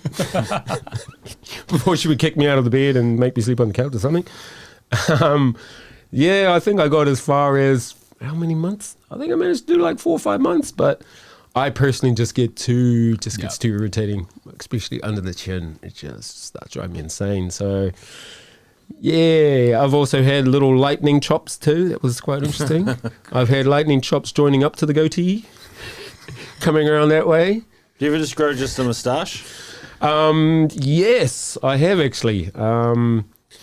And my inspiration for my moustache style is Crazy Horse from Boy. Nice. So that nice thick slug across the lip there. Yeah, I do quite like that one. But honestly, after a while, it gets so thick, it starts actually blocking the nostrils, and I actually start limiting the oxygen coming. I have to start breathing through the mouth after a while. It's like, which is not good. You start running out of breath. I'm like, okay, the moustache needs to go. The mo needs to go. Fabian is very serious with his questions. The next one is, if you appeared on Stars in Your Eyes, which musical artist would you be? Stars in Your Eyes. What musical artist? That means I kind of need to look like them too, eh? Mm. Oh my goodness. I don't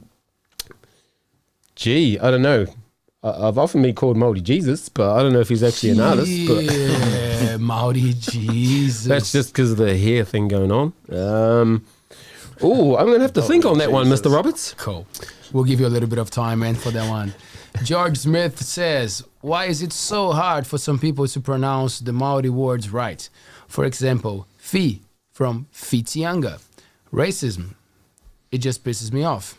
He says racism. He says racism in general. As a question. He's like, racism, it just pisses me off.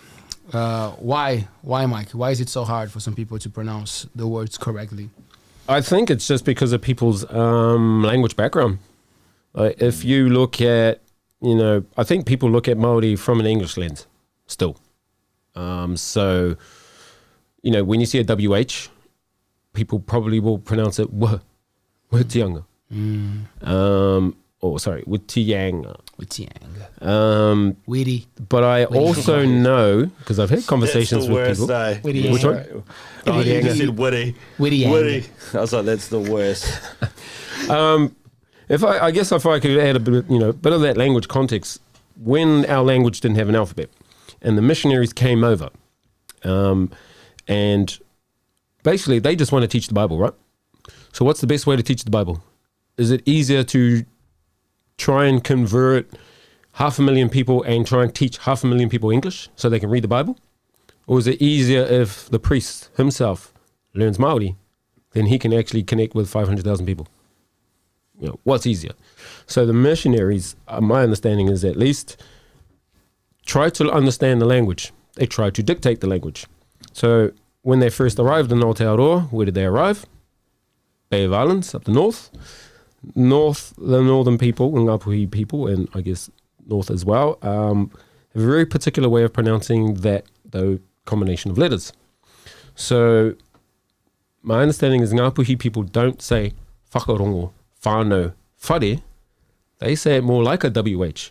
Whakarongo, wahare, wahānau. So you can literally hear the W and the H rolling together. So when the missionaries are transcribing, they're like, oh, I can hear a WH there. So they start transcribing as a WH. But as they move down the rest of the country, as their influence grows, and as they start, I guess, traveling up and down the country, they start realizing they say it as whakarongo, whānau, whare. But the transcribing had already taken place, so the WH stuck. So there are a few tribes that pronounce that differently. So Ngāpuhi is one, Waha. The Western tribes, the Taranaki tribes, Whanganui tribes, which is why they say Wanganui and not Whanganui. They'll say Ware, not Whare. They'll say Wānau and not Whānau. Okay, so it's just a dialectal difference of some iwi will just not just those letters don't exist or the sound doesn't exist. So I think people will hear that and will acknowledge it and just repeat it. But I also know, because I've had conversations with people refuse to change. I just want to thank you for that little history lesson, though. That was good, because I've never heard any of that before. Apart from the Wanganui thing, I've never heard nothing. Just the H in the Wanganui tribes, in my understanding, doesn't exist in the alphabet. Well, it's not pronounced. So that's why they say Wanganui. But anyone who, comes from another tribe would normally pronounce it your own way. So, if you're from a particular tribe, that's kind of the language you should be following. So I will never try and speak the Ngāpuhi dialect. I'm not from Ngāpuhi. I will never try and speak the Taranaki dialect. I'm not from Taranaki. I'm not from Tūhoe. I'm from Ngāti Parau. And this is how we speak. So that's my understanding of that. But I guess coming back to it, there are people who refuse. I think it's more of a certain generation. I've often heard, I've been saying that for 40 years. Why do I need to change now? It's always been Winianga. So there's that element you're always going to have to deal with. But I think, people take their English lens into pronouncing Māori words. Another common one is the AU word, the AU sound together. For some reason, English speakers look at that and think, ow.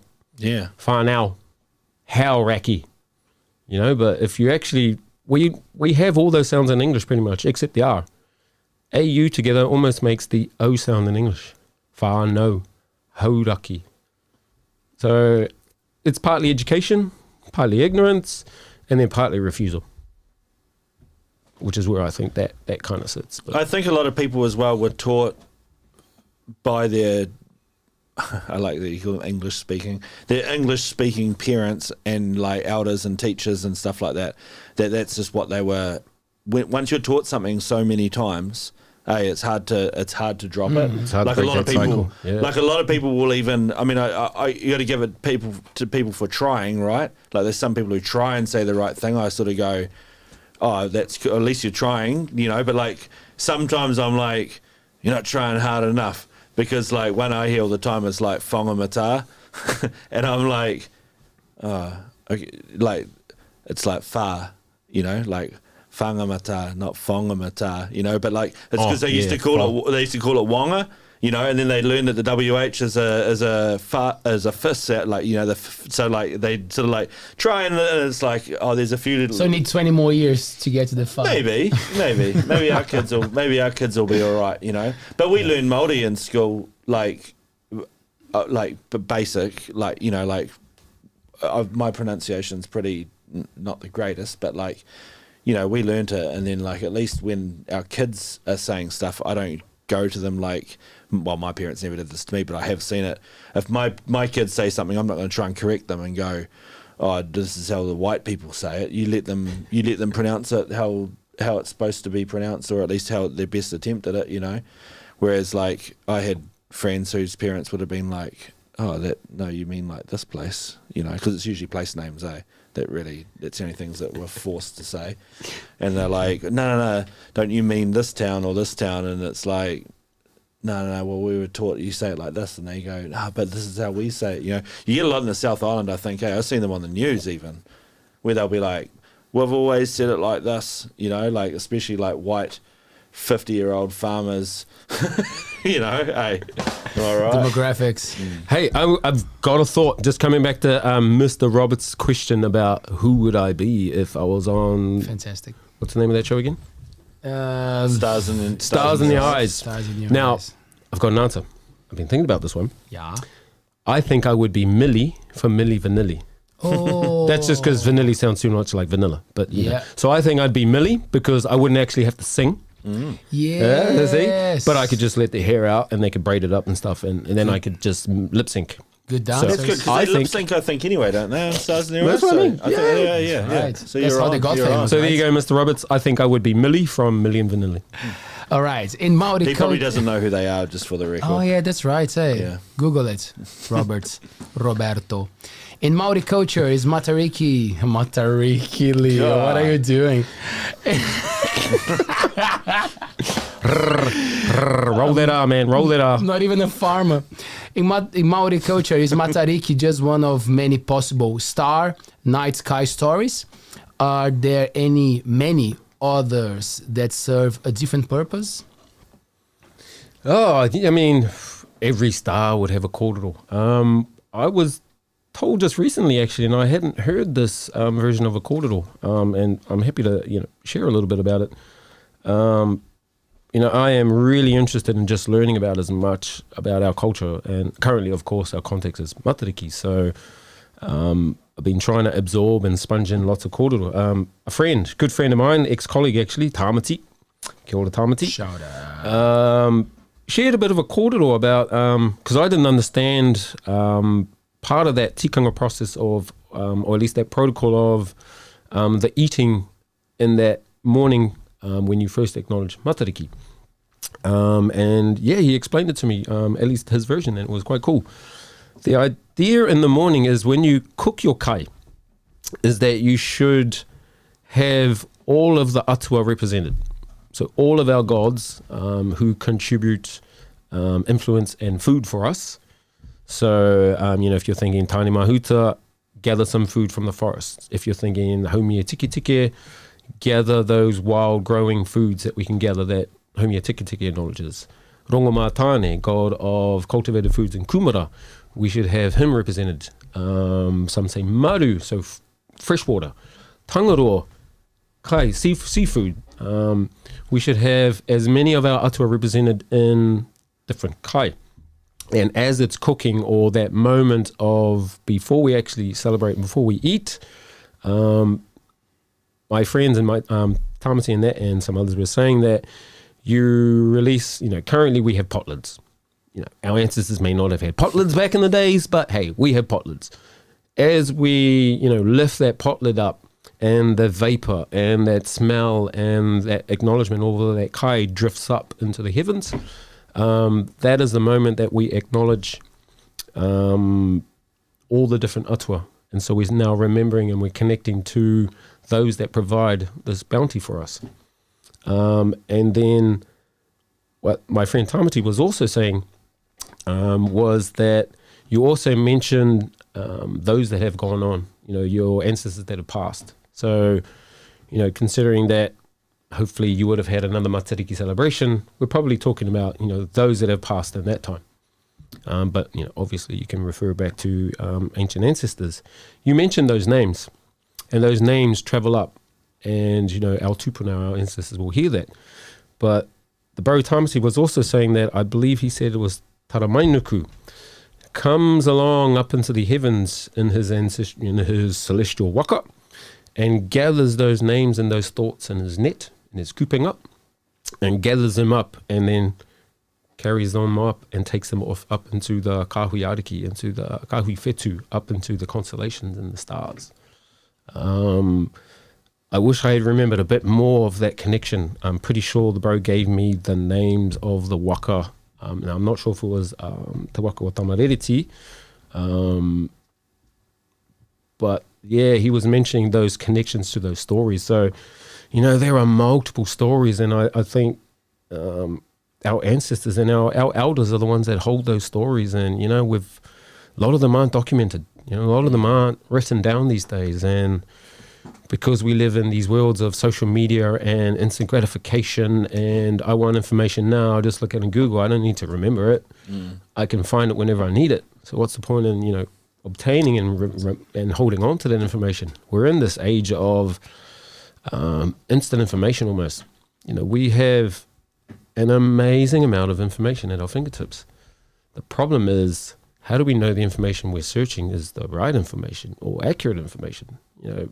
Any person with a social media account can post information, and there's no saying that that's accurate or true or not. So I think connect back with our elders. Our elders hold on to these beautiful stories and these legends, and if we're not hearing them, they may get lost. So I guess these are just little. And I just heard the story last week, and I hadn't heard that story before. At least that extended connection to Matariki, and that remembrance side of things. And this was a week ago. I just heard this. It's important historical information, Absolutely. It really is. Like, what you learn is probably been passed down over hundreds or thousands of years, you know? Yeah, absolutely. Like, it's so important. Like you really hit me with that, where it was like, what we're talking about before, you know, where it's like, we don't write it down, we don't do anything because, you know, of where we live now, the information age, you know, and it's disappearing. Yeah, I think the new skill is not being able to recall information, you know, and have this filing cabinet of information where you're literally going, okay, not that drawer, that one, yeah, pull that out. There it is. We don't need that anymore, in a way. Well, you know, some would argue against that it's the instant ability to find that information now. So the skill we're now learning, or students and kids are now learning, is the ability to target my search, to ensure that I get the right hit and the right information. So now kids, you know, the students of today are just so fast at finding information.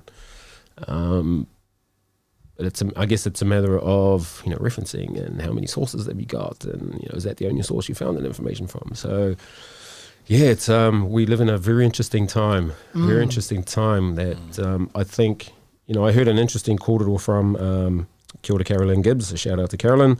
We met with part of the wellbeing team and, you know, members of Mercury Bay Area School. And Carolyn mentioned that there are studies going on in Europe that have been measuring people's empathy. Or at least, I guess, they make the connections through what they're finding now is because of this space of social media, we live, or at least the young people these days, live their lives through social media. So it's all about the world's perception of me. Get my pose up, get my post picture up, get my likes, get my hits, get my subscriptions, get my thumbs up, you know, get my acknowledgements. That makes me feel good when people see, you know, that almost fake image that we're putting out there. That we're all so self-centered now. There's no empathy, or there's lacking empathy. So I think what Carolyn was saying is there are young people all over the world are now no longer volunteering in those humanitarian spaces. Oh, wow. Really? So, you know, Salvation Army, Oxfam, or, you know, all those different, you know, spaces where people volunteer and give. Apparently they're starting to really lack those volunteers, or those volunteers aren't showing up to give. It's all about me. Elderly usually, yeah. What's mine? When you go to the like second-hand shops that are run by charities and stuff like that, it is more elderly people. Elderly. Yeah. Well, elderly's are probably a bit of I guess retired, eh? Yeah. She's probably there like, man, I'm only 50 or something, but you know what I mean? Like older. I will out-burpee you any day. Yeah, like older people.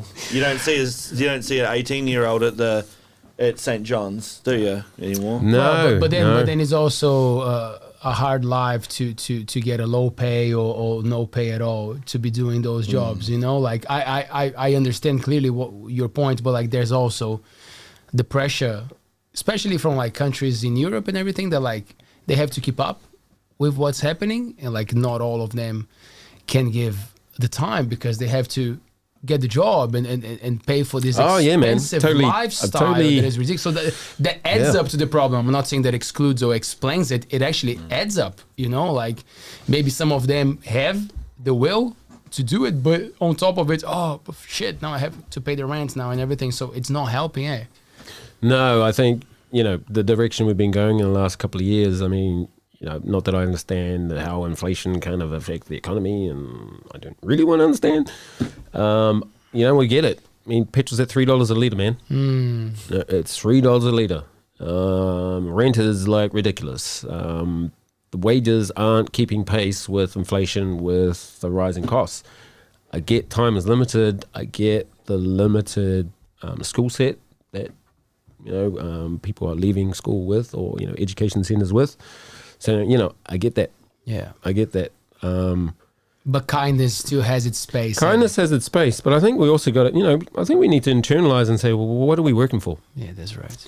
You know, and, you know, what's the goal?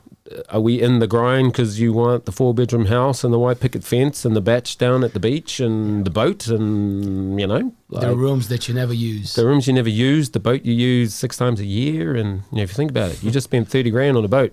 That's a lot of fish, man. Like, how many years worth of fish is that? Like, try and eat 30 grams worth of fish. Like, goddamn, that's a lot of fish. Like, or fishing rod's pretty cheap. Just stand on the beach and, you know, like, you don't really need a boat. But hey, I get that fishing for some is a sport. You know, I do wakama, and I bought a carbon fiber waka that was really expensive. And people look at me like, oh, you're crazy. So, hey, I get it. Fishing's a sport for some. It's But you're out there. It's that release, you know, it's that connection, whatever it is. So, But I hope you're eating that fish, man. If you're just catching that fish to throw that sucker back, like, you just broke its spirit for what? Like, what? that's right. What is that? I'm a vegan and I'm 100% with you on that one. Anzac says, hey Leo, is the guitar in your studio? No, it's not, bro. If so, can you get Brother Mike to sing us Waiata? Man, we'll do that. We're going to have a special show, the musical, ALTBAYS music. It's coming, so don't worry. And then Janine Werner says, Kia ora Matua Mike, can you explain the significance of the ritual, lighting the fire in the celebration of Matariki? Thanks, Janine. I got Hope one you've more done question. your research. Is that a tricky one? Should we skip that one? Thanks, Janine. Not sure what you mean about the ritual of lighting the fire. I guess... Significance of the ritual, lighting the fire in the celebration of Matariki. Yeah. I'm pretty sure I saw it on a BNZ ad, actually. Well, that's a shame. I bank at QBank, so I haven't seen that ad. oh, damn. That is one thing. I don't even know if it was BNZ. I don't give a shit what bank it is. At least they've got it on the TV. You know, creating awareness. You've got to appreciate that to a degree. Well, I haven't heard of any specific rituals or tikanga around, you know, a fire must be lit at this particular time and it's for this purpose.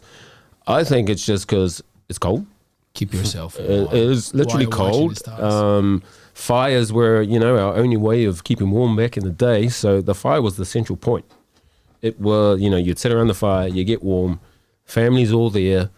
That's the moment you're having your kai. That's the moment you're sharing your stories. But other than that, yeah, aroha mai, Janine, I am unaware of any actual specific rituals or tikanga that go with lighting a fire, other than, you know, cooking your kai and warmth.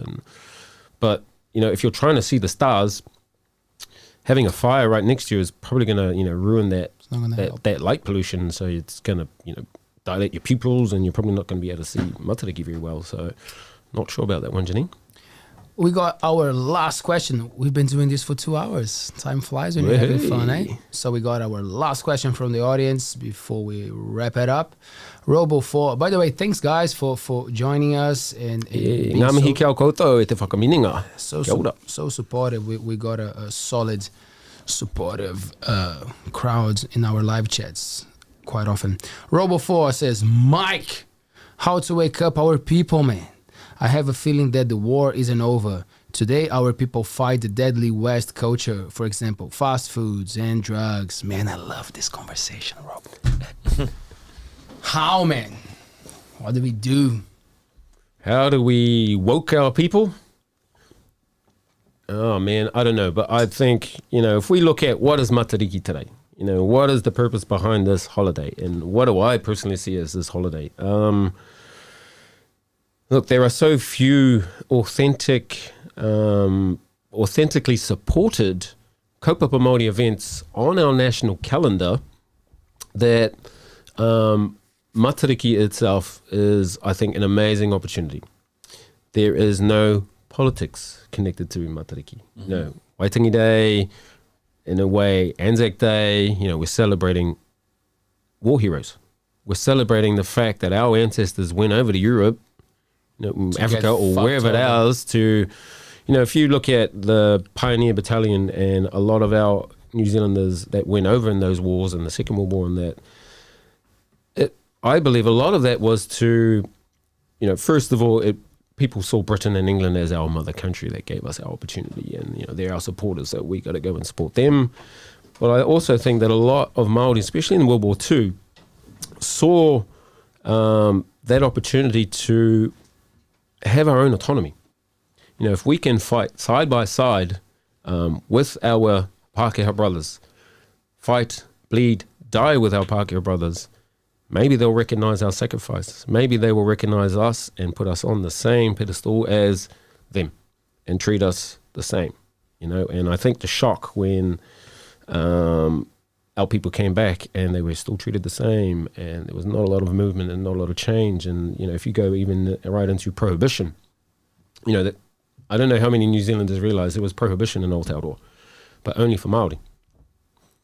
Okay, so Māori were banned from drinking alcohol. Now, you might look at that and actually say, well, that's probably a good thing. And there are multiple theories that say, wow, Māori didn't have alcohol in their culture, so they have a lack of tolerance in terms of, that generational lack of tolerance for alcohol.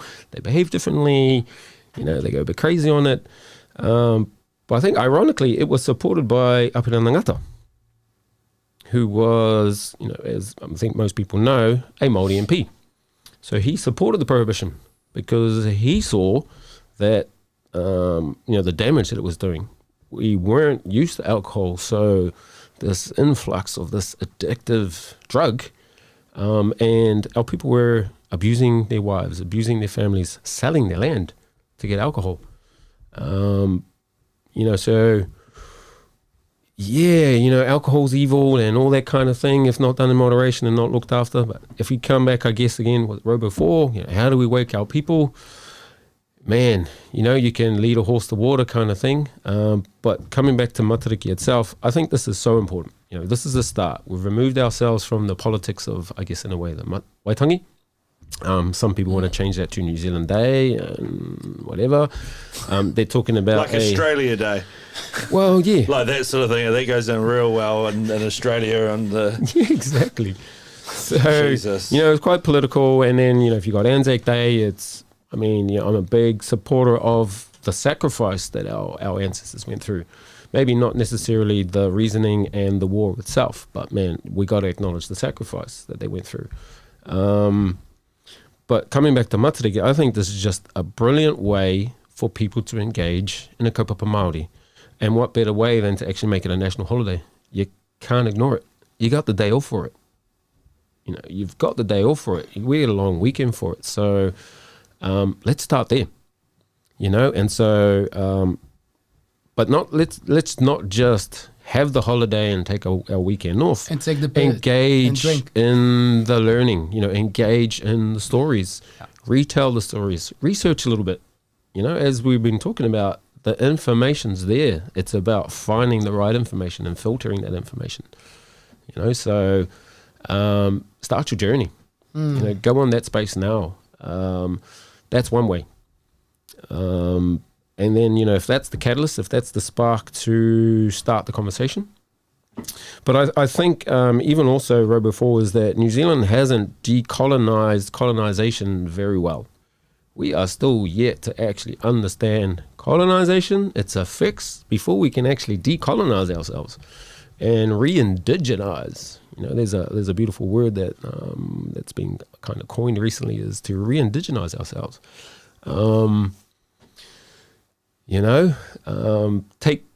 Take the lessons in, take heed of the lessons that are embedded in these pūrākau, in these stories, in our whakatauki, in our proverbs, in our waiata.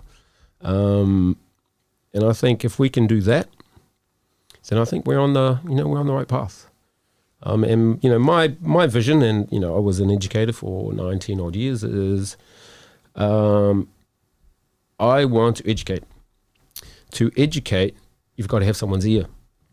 If you don't have the ear, they're not listening. Now, if you bombard that ear with insults and aggression, and your own form of prejudice, then that ear is closed and you've lost that listener and you'll never make an effect on that person. So sometimes, we have to wear some of that prejudice and you have to wear some of that racism, because if you fire that back, well, this is my perception. I don't like ramming, other people's prejudice and racism back down their throat. I would rather try and absorb that and then try and educate. Because if I've got their ear, and I only get their ear by being passive and being open and being kind, then I can maybe make a change to that one person. And if you think about those, 7 degrees of Kevin Bacon, then that person might go and tell one person. Yeah. Each one of those persons had gone out and told another person. So that's just the path I prefer to go down instead of shaking the fist and, yelling at someone, you ignorant Pākehā, you just racist, etc., etc. I would rather try and sit down with someone and, hey, man, why do you think that way? And a lot of it, I think, is, heck, I was at a party one day. It was in my late 20s, so I'd already just started university. And I actually thanked this guy for actually having the courage to say it, although he was probably half cut, or he was very half cut at the time. I just met him. Didn't even know him. He was a friend of my friend. And he goes, oh, you're Maori? And he pauses, waits about 3 seconds and goes, mate, why do you Maoris always walk around with a chip on your shoulder? And instantly the nostrils start flaring. And it's like sharp intake of air, and you've sucked all the oxygen out of the room, and you want to fire up, you want to crack him, but then it's just pausing and going, okay, where is he coming from? He's coming from a space of ignorance, obviously. So, one of the first things I said to him was, well, bro, I think you need to do a bit of research. What do you mean? It's like, well, I think you need to understand a little bit about our history.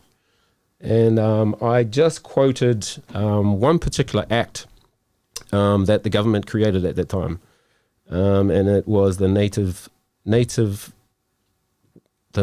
Act, or the Native Wastelands Act, I think it was called.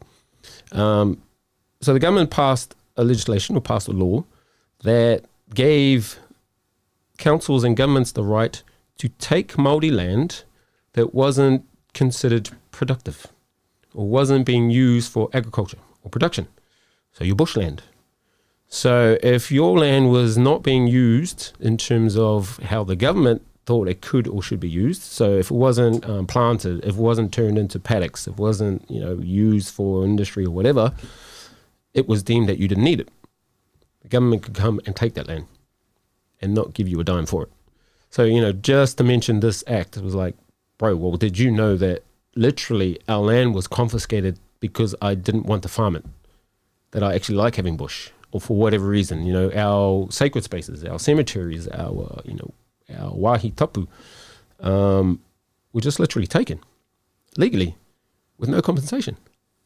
Can you imagine that? Like, I live on 2 hectares of bush.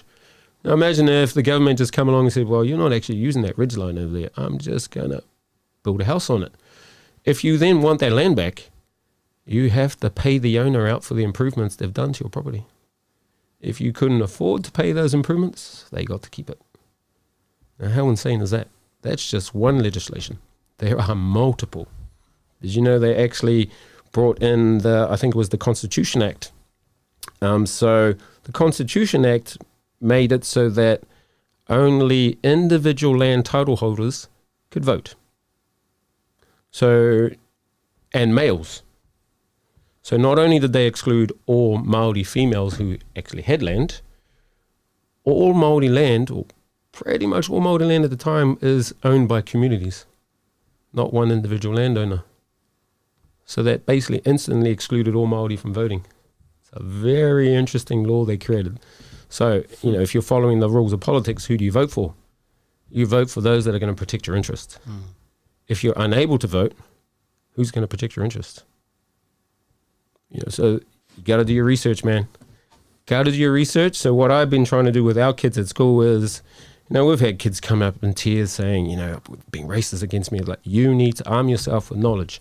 When people confront you with that, here's a list of all the legislations, or here's a list of some of the legislations that have directly contravened the Treaty of Waitangi. Read through those, quote those to people who come at you with, why are you Maoris walking around with a chip on your shoulder? We should get you back on to talk about the treaty. The treaty, and we'll do that. Few things. We'll do that for sure. Because I think you're right. Like, it took me until I was in my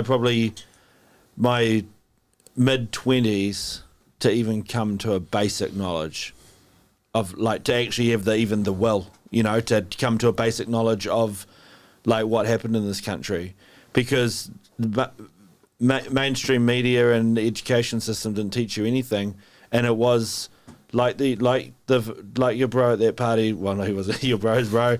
He was ignorant. He didn't know. And I'll admit I was in a place with the same thought when I was young, and it wasn't until my father-in-law at the time, he explained some things about the treaty and shit when we were just sitting there having some beers, and I was like, yeah, well, it makes perfect sense. And it changed my mind on that spot. I'll remember it for the rest of my life. And it was like, okay, well, now you know, if you didn't know, now you know. And it's like that, I think education is very important in that respect, 100%. Yeah, and just, I guess, one more point, because don't really want to go down that rabbit hole. But I guess one more point, in terms of Treaty Waitangi is, and there are also cases where Māori profited.